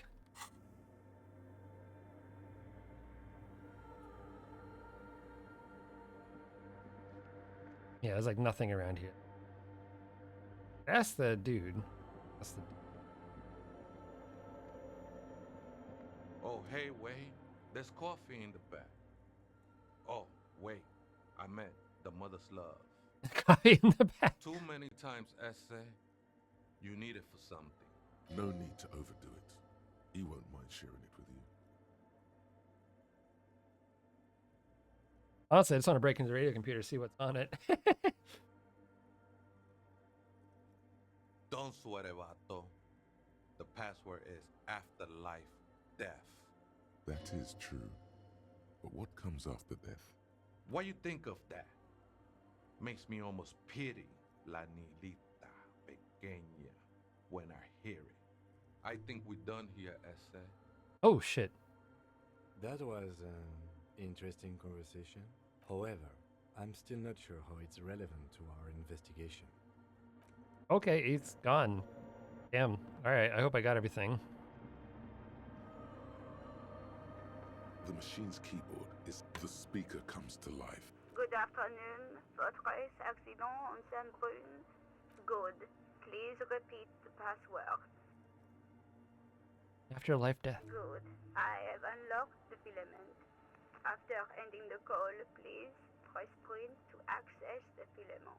Votre accident. Is there anything else I can do for you today? Goodbye.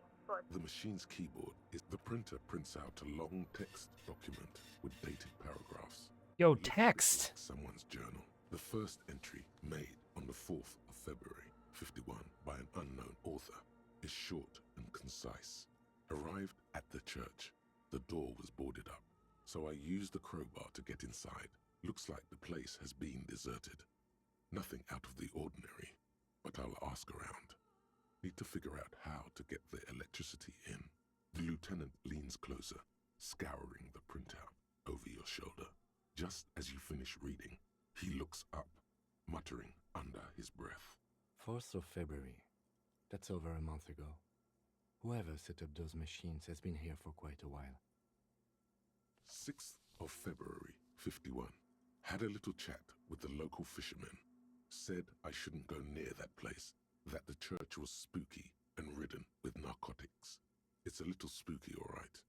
Still haven't figured out the electricity. See, even one of the spookers themselves says it's unnerving. What was that about narcotics? This oh my God. To be interesting. 7th of February, 51. Finally got the electricity in. Next on the agenda, a new antenna. I'm thinking ESCA series, something advanced. You need it. Why would anyone need any of this equipment here? 8th of February, 51. Bought the antenna, had some problems setting it up. Called Simo for help. Heard the others are back to making art, drinking somewhere out of town. Sulislav started a rock band again. Lexi has been seen asking money from strangers, but at least the artists have their act together. They're qualified labor. They can get work anywhere. Graphic design, ads. The programmers are doing fine too. I mean, they're programmers. The writers, though, they're fucked. I just have to find out what caused that data loss and be done with it. Still don't understand how it managed to wipe out the backup, when the backup wasn't even connected to the front. I know. Everyone thinks it's impossible. They say I must be lying. I'm here to set it right. I think these people worked in the radio computer games business. The one we saw in the Doom commercial area. They must be our former co-workers. Seems like something to do with radio computers. Unfortunately, I don't know enough about them to understand what the author is saying. Something about the backup data getting destroyed, and how everyone thought it was the author's fault. Let's just keep reading. 12th of February, 51. Brought some food from the grocery store. Apparently, there's a strike going on in the harbor. Definitely not happy to see the Martinez people again. Everything's now set up in the church. Going to start working tomorrow, 8 a.m. Okay. The strike. We are nearing the date of the murder. Keep reading. 25th of February, 51. I've been sending data up to Lintel for a while now, trying to recreate the data loss, but nothing. Didn't even feel like logging in, the disappointment. But I did discover a curious audio-spatial anomaly at the back of the church. I've named it the Swallow. It swallows sound. Need to get some mics. Is she talking about? 28th of February, 51. Yes, the first recordings confirm that the Swallow is real, and I'm not just losing my mind. It's a pillar of silence, with a diameter of approximately 3 meters. Seems like the higher I go, the less I record. This might be a coincidence, or it could be connected to the data loss that led me here. Okay. The pillar of silence. She is talking about the silence. Is she suggesting it's more than just an architectural quirk? The lieutenant doesn't answer. He follows your gaze, studying the basins. The water shines in them. No ripples. March 51. Some kind of young disco men have appeared next to the church. I've been trying to record the silence to find the epicenter, but now it turns out I've also been capturing the future of dance music. One neo-disco song over and over again. Hardcore to the max. Or to the mega. Oh, thank you, Janine, for kittening the kittens. The, play with our kittens on a schedule. Hardcore to the mega. Fortunately, the song is so monotonous, I was able to devise an algorithm to factor it out. The other day, one of the disco men came in. Before I could even say hello, she got scared and left. Good. I don't want anyone distracted. Internally coherent. The girl on the ice? Sounds like her, yes. Disc omen. March 51. I got a call from the repeater station. Someone has tried to access the radio computer. Oh shit, that's us. Office in Martinez. Can't do anything about it. The storekeeper still doesn't want to let me inside the building. Thinks I'm part of some kind of curse. How Martinez of her. I knew it wasn't a good idea to meddle with that machine. March 51. A new 2-meter. Yeah, I wonder who that could have been. Oh. Noodles, crackers, ping ping energy drinks, water, toothpaste, gum. Also, some canned air. Your reading is interrupted by the sound of the church door opening. A strange woman makes straight for the radio computer. Oh boy.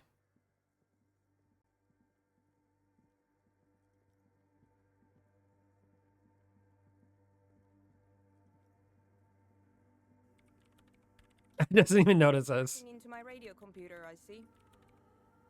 I do apologize for the intrusion, madame. We are with the RCM, you see. You're on a side case. Well, you won't find any music venue organizers here. It's just me and my computer, and it has been this way for weeks. Now please give me some room. I need 2 seconds to see that you haven't destroyed anything. We should talk to her. Hello. What is it? Yes. Or no. Not anymore. That project is dead. Oh. She doesn't seem surprised to be recognized. Rather so. Something passes over her face before she straightens her back.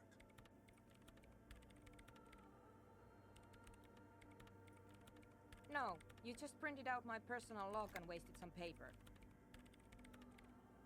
Sorry, but who are you? What are you doing I here? am Soona Luukkanen-Kilde, the former lead programmer of Fortress Accident and RSA radios. I have over 16 years of programming experience, and I'm proficient in both Vox and Orbis languages. Yo, Og Vorbis? If you're not here to hire me, I don't really know how I can help you. Did she say over 16 years of experience? She must have started programming when she was still a teenager. Seen a man living up in the rafters? Nope. Yes. He's seen you. And? Okay, probably not a big deal then. You're right. I'm not.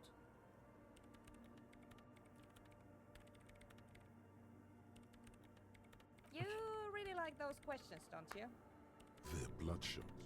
She really hasn't been getting much sleep lately, has she? You're actually in public space. I need to know what you're doing here, I guess. I'm conducting scientific research here. You can't throw me out. What research? I'm looking for the location of a 2mm hole in the world. Oh. Huh? Wait, what? What? She's looking for a disruption in the radio waves. That's what her personal log said. The lieutenant raises his brows, but doesn't say anything. What does that mean exactly? Exactly. What does it mean? Up to now, it has been impossible to say what it is because it's impossible to measure nothing. I mean, it's the absence, like, I get. What do you think it is? What qualities does nothing have? How do you measure something that does not exist? That's a little above your pay grade at the moment. Yeah.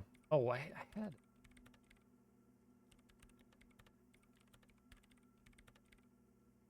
I don't know. I'm not here for some science as soon as I can go home.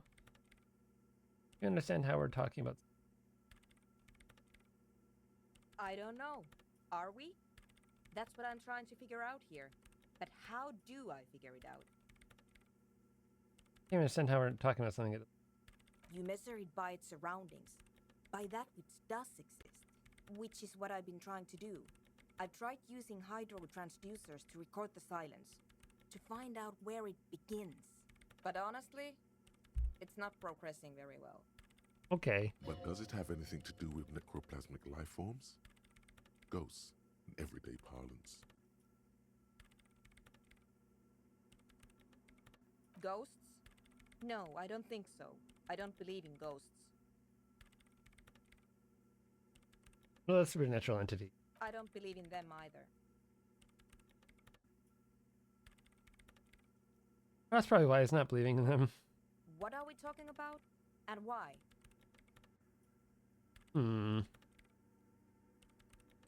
Somewhere underneath those roof beams, I assume. Okay. Strange things may flourish in the dark. Why there? There's this place at the back of the church. A place where all audible vibrations seem to decease. I've named it the Swallow.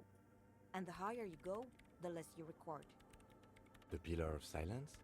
Are you sure it's not just an architectural quirk? Maybe, but it's oddly close to the physical coordinates of the data loss that led me to this place. Huh. I know. No, I don't. Okay. She sounds mildly annoyed by this line of questioning. Her hands typing hundreds of commands into the machine. Because it's just trial and error, trying to locate the Swallow, the exact point in space. And I don't have a... You know what? It would be really helpful if you could just stop talking and let me work. Oh my god. Yes, Okay. that's what led me here. But I suspect it might be something a bit more complicated than that. Great. Thanks. What? I hate it. WD-40, the feature dance music. Oh, that was quick. Why do you hate it? Maybe I'd have to be on drugs to get it, but to a sober mind, it just sounds like uninspired rug whipping. No idea what it has to do with either dancing or music. Club friendly. This is about those speed freaks in the tent, isn't it? I've got some news for you. It's not a nightclub they want to build here. They want to build then. Take a guess, why don't you?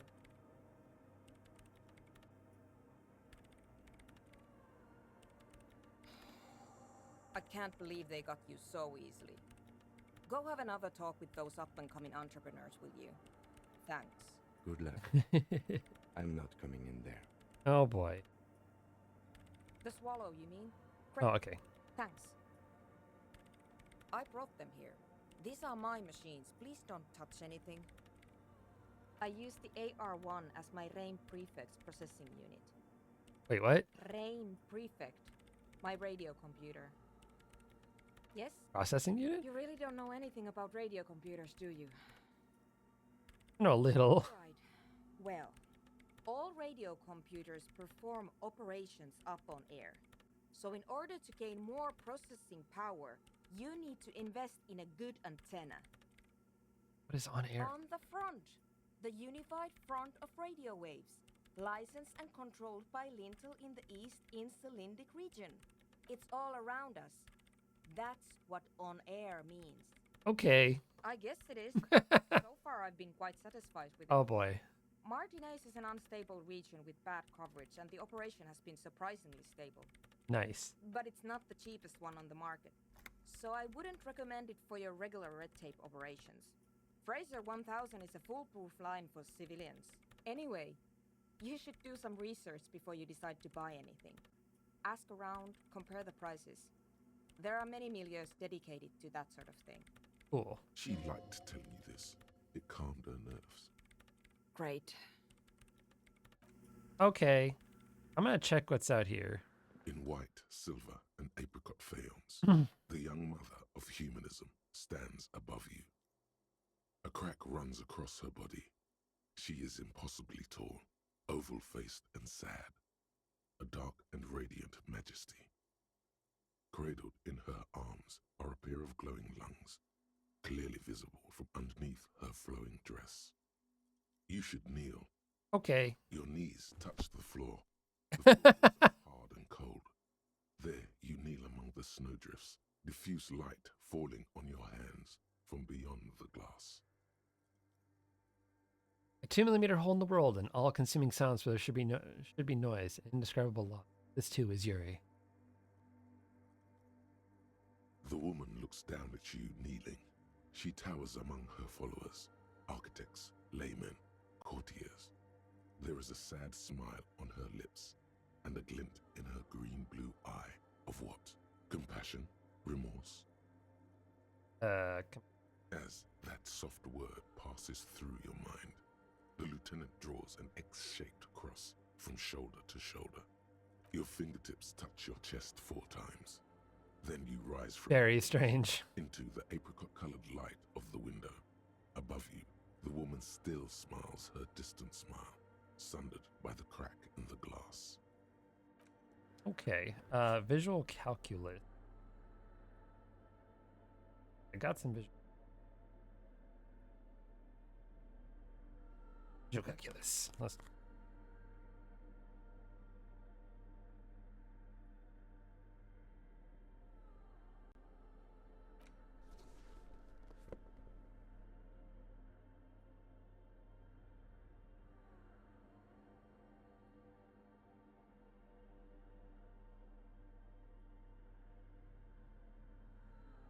Okay, I think I'm wearing nothing new, right? Cool. All right. The mother of humanism stands above you, a precious and complex wax painting. The shards. Oh, I failed. Damn. You see little pearls of light on the edges of the crack that splits the female figure. Something was written there. Remains of broken letters line the emulsion. What it said, you do not know. Okay. Well, I'll try encyclopedia.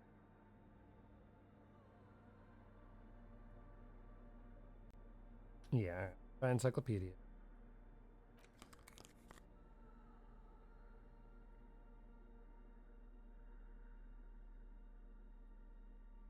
Yeah, alright. The mother. Get one of these at least. Stands above you, a precious, despite the Fuck damage yeah. you've done to yourself. The title appears lodged in your hippocampus. This is Her Innocence, Dolores Day. The innocence of humanism, internationalism, and the welfare state. Perhaps the most famous human being ever to have lived. Damn. No amount of Commodore Red can wipe her sad smile from your brain thing.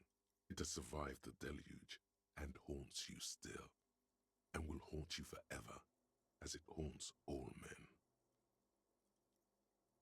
When did she go with this? The highest category of historic individual, an embodiment of the world spirit. More, an innocence is elected to office by the founding party, a precedent that has taken place a mere 6 times in the entirety of history. The legal system of the Real Belt is built to accommodate an authentic rule should it coincide with our time. An innocence is infallible. The decisions made by one are not decisions. They are inevitabilities. What would have happened anyway? Only accelerated, packed into decades instead of centuries. An innocence is a continuous, compressed event, a sacred human being.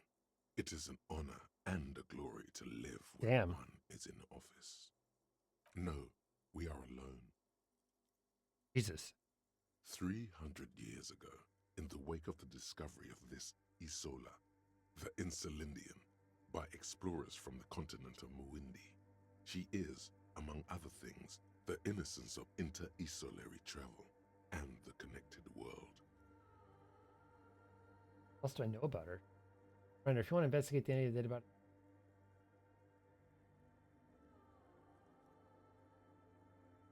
too late for that. Many things. You know she was a woman of the court.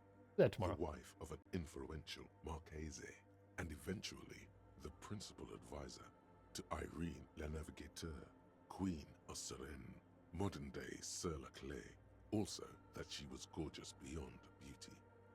Draped in ancient sadness. Are you sure you want to remember this bit of historic trivia? Standing under a long, slender form like this, dwarfed? Yes! Big bummer! Boring history! Gotta keep it light, man! Keep it moving! Instead! Thanks, terrific nerd. The past. It's a silo of sadness, fermenting. You should keep away. Fuck this pain, Bratan! It's unhealthy! Terribly, women of the court were expected to play both contract bridge and chess sufficiently well to prove an interesting challenge to a man. A simple grasp in matters of philosophy, theology, and science was encouraged. She was, by all means, a kept woman. She made the most of her position in the antediluvian court, a court visited by the most prominent thinkers and artists of the day. In secret, she was becoming the era's preeminent philosopher of the state. A scalpel, a piercing gaze. She was an almost preternaturally magnetic and intelligent individual. To her contemporaries, she appeared out of time, a messenger from the future of the species. We all fell in love with her, head over heels. Even before she was declared an innocence, her influence was tremendous. It was on her advice that Irene la Navigateur sponsored a number of voyages into the Pale. A costly, often tragic endeavor, ultimately vindicated by the discovery of the new world, the piece of reality you're standing on.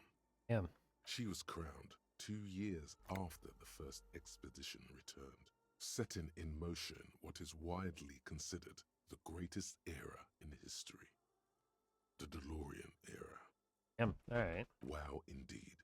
When her innocence was declared and the queen she had advised for years fell on her knees before her, she was so overcome with emotion that her lungs started glowing in her chest.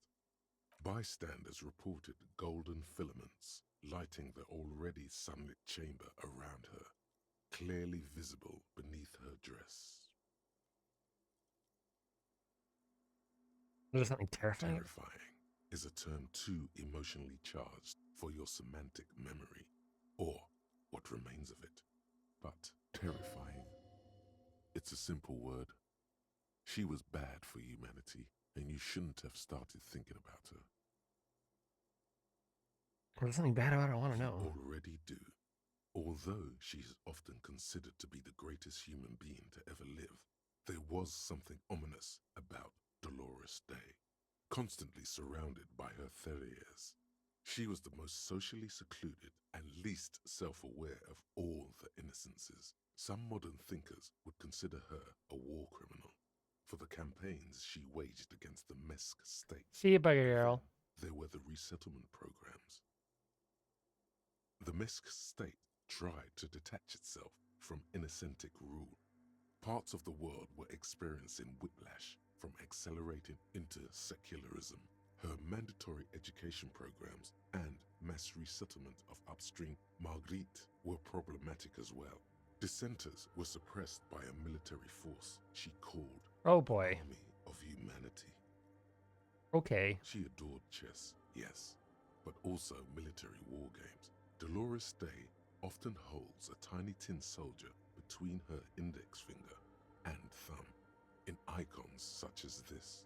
She was also blonde, the blondest woman you have ever seen, with green eyes the color of the Pacentic, mare interregnum.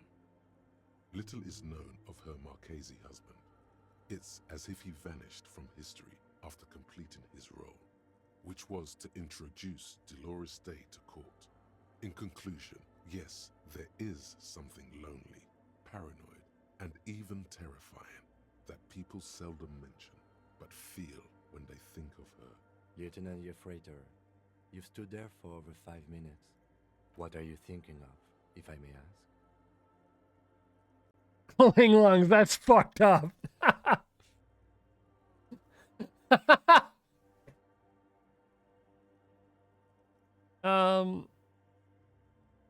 Yes, glowing lungs are quite unusual.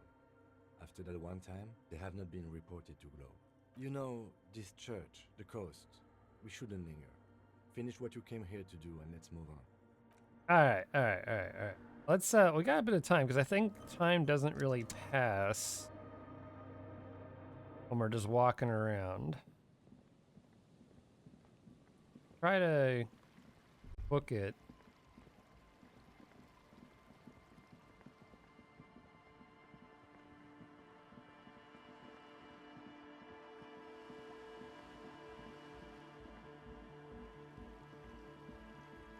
The pain of Etonite has barely holding it up.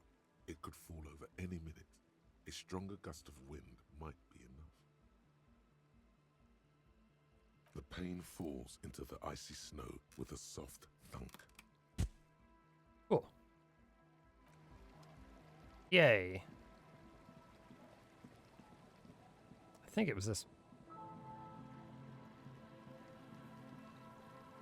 The old Dark Souls reference? Yeah, shortcut. Oh, alright. Let's try to make that phone call.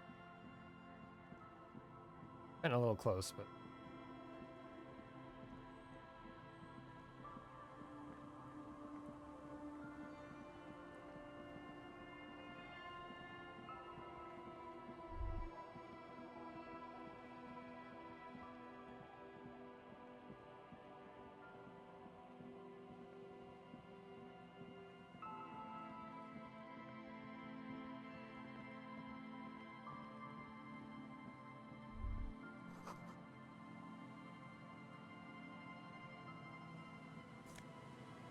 Ooh, morale. You get your badge? Yeah, I got the badge. Biker Cop Sunnies. Nice. Let's get back over here.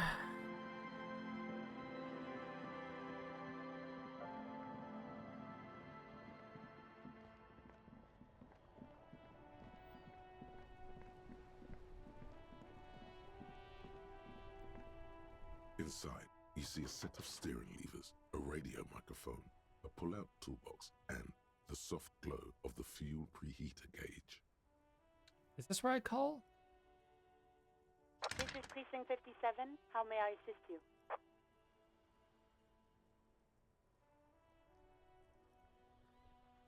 Oh, we got a lot of stuff to do.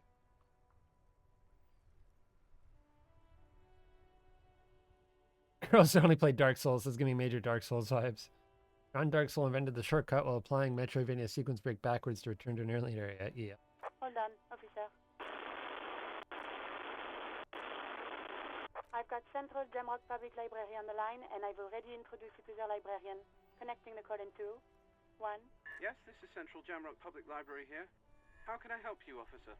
He sounds worried, yet ready to assist. Billy Majon, you said.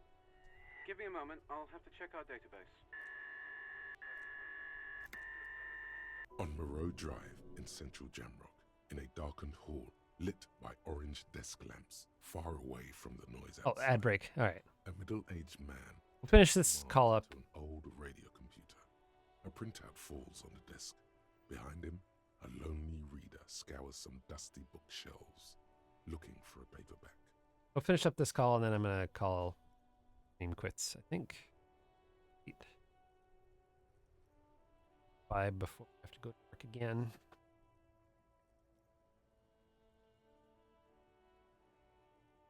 Oh.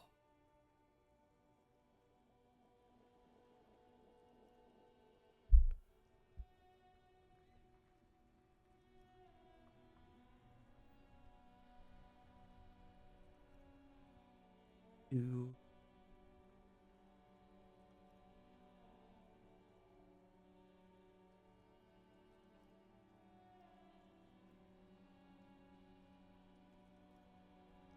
God.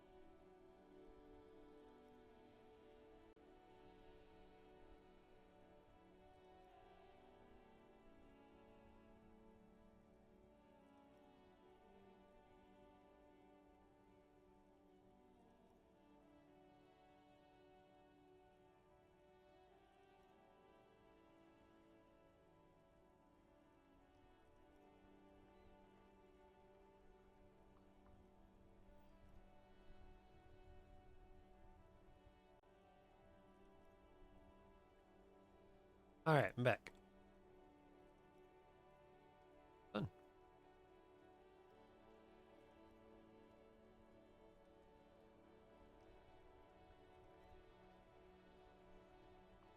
And we're back.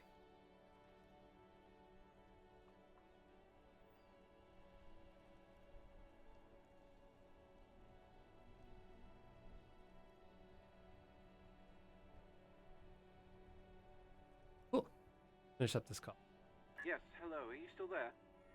I found Billy Majon's home address, is that alright? No phone number, unfortunately. Sure. Here we go, sir. Rue de Saint-Ghislain, 33B, apartment number 20. It's in Martinez, I believe. Capeside Apartments, it says. That's all. Sick. That's where the smoker on the balcony lives, isn't it? It says here that they returned their last book just a few days ago, but I wasn't at work that day. And who was? Marie? Marie? Do you remember a reader named Billy Majon? They returned a Tybalt book the other day. Yes, it was my colleague Marie. She said that it was Billy's husband who returned the book. He also asked for this new sci-fi release, Lowe's Radio City 87, but we don't have it yet. Huh, okay. You know the husband's name? No, Marie only knows knows him by sight. Ah, damn.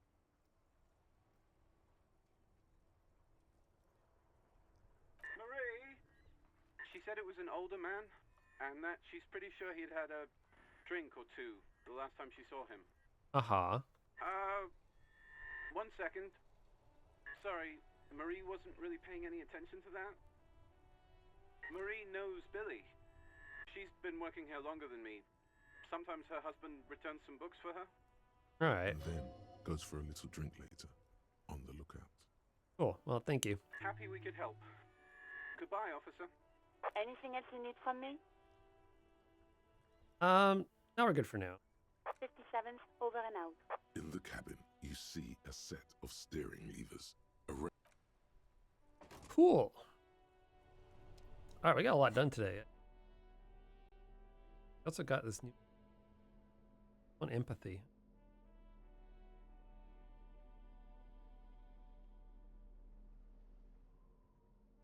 I think we got some skill points.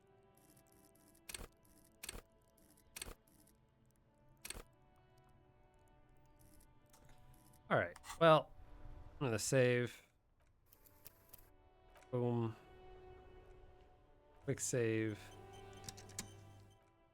And then yeah, we're gonna call it for today. Thank you all for coming to my stream.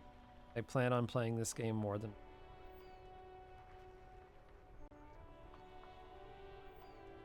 I don't think I'm gonna raid. I think I'm tired. There's not too many people. We Disco Elysiums. Yeah, thank you all for coming. It's been great. I'll see you maybe Sunday night, something like that. Yeah, this was fun. Got some good moments out of it as usual. I'm not shaving his face. I'm so sorry. Like oh, good lord.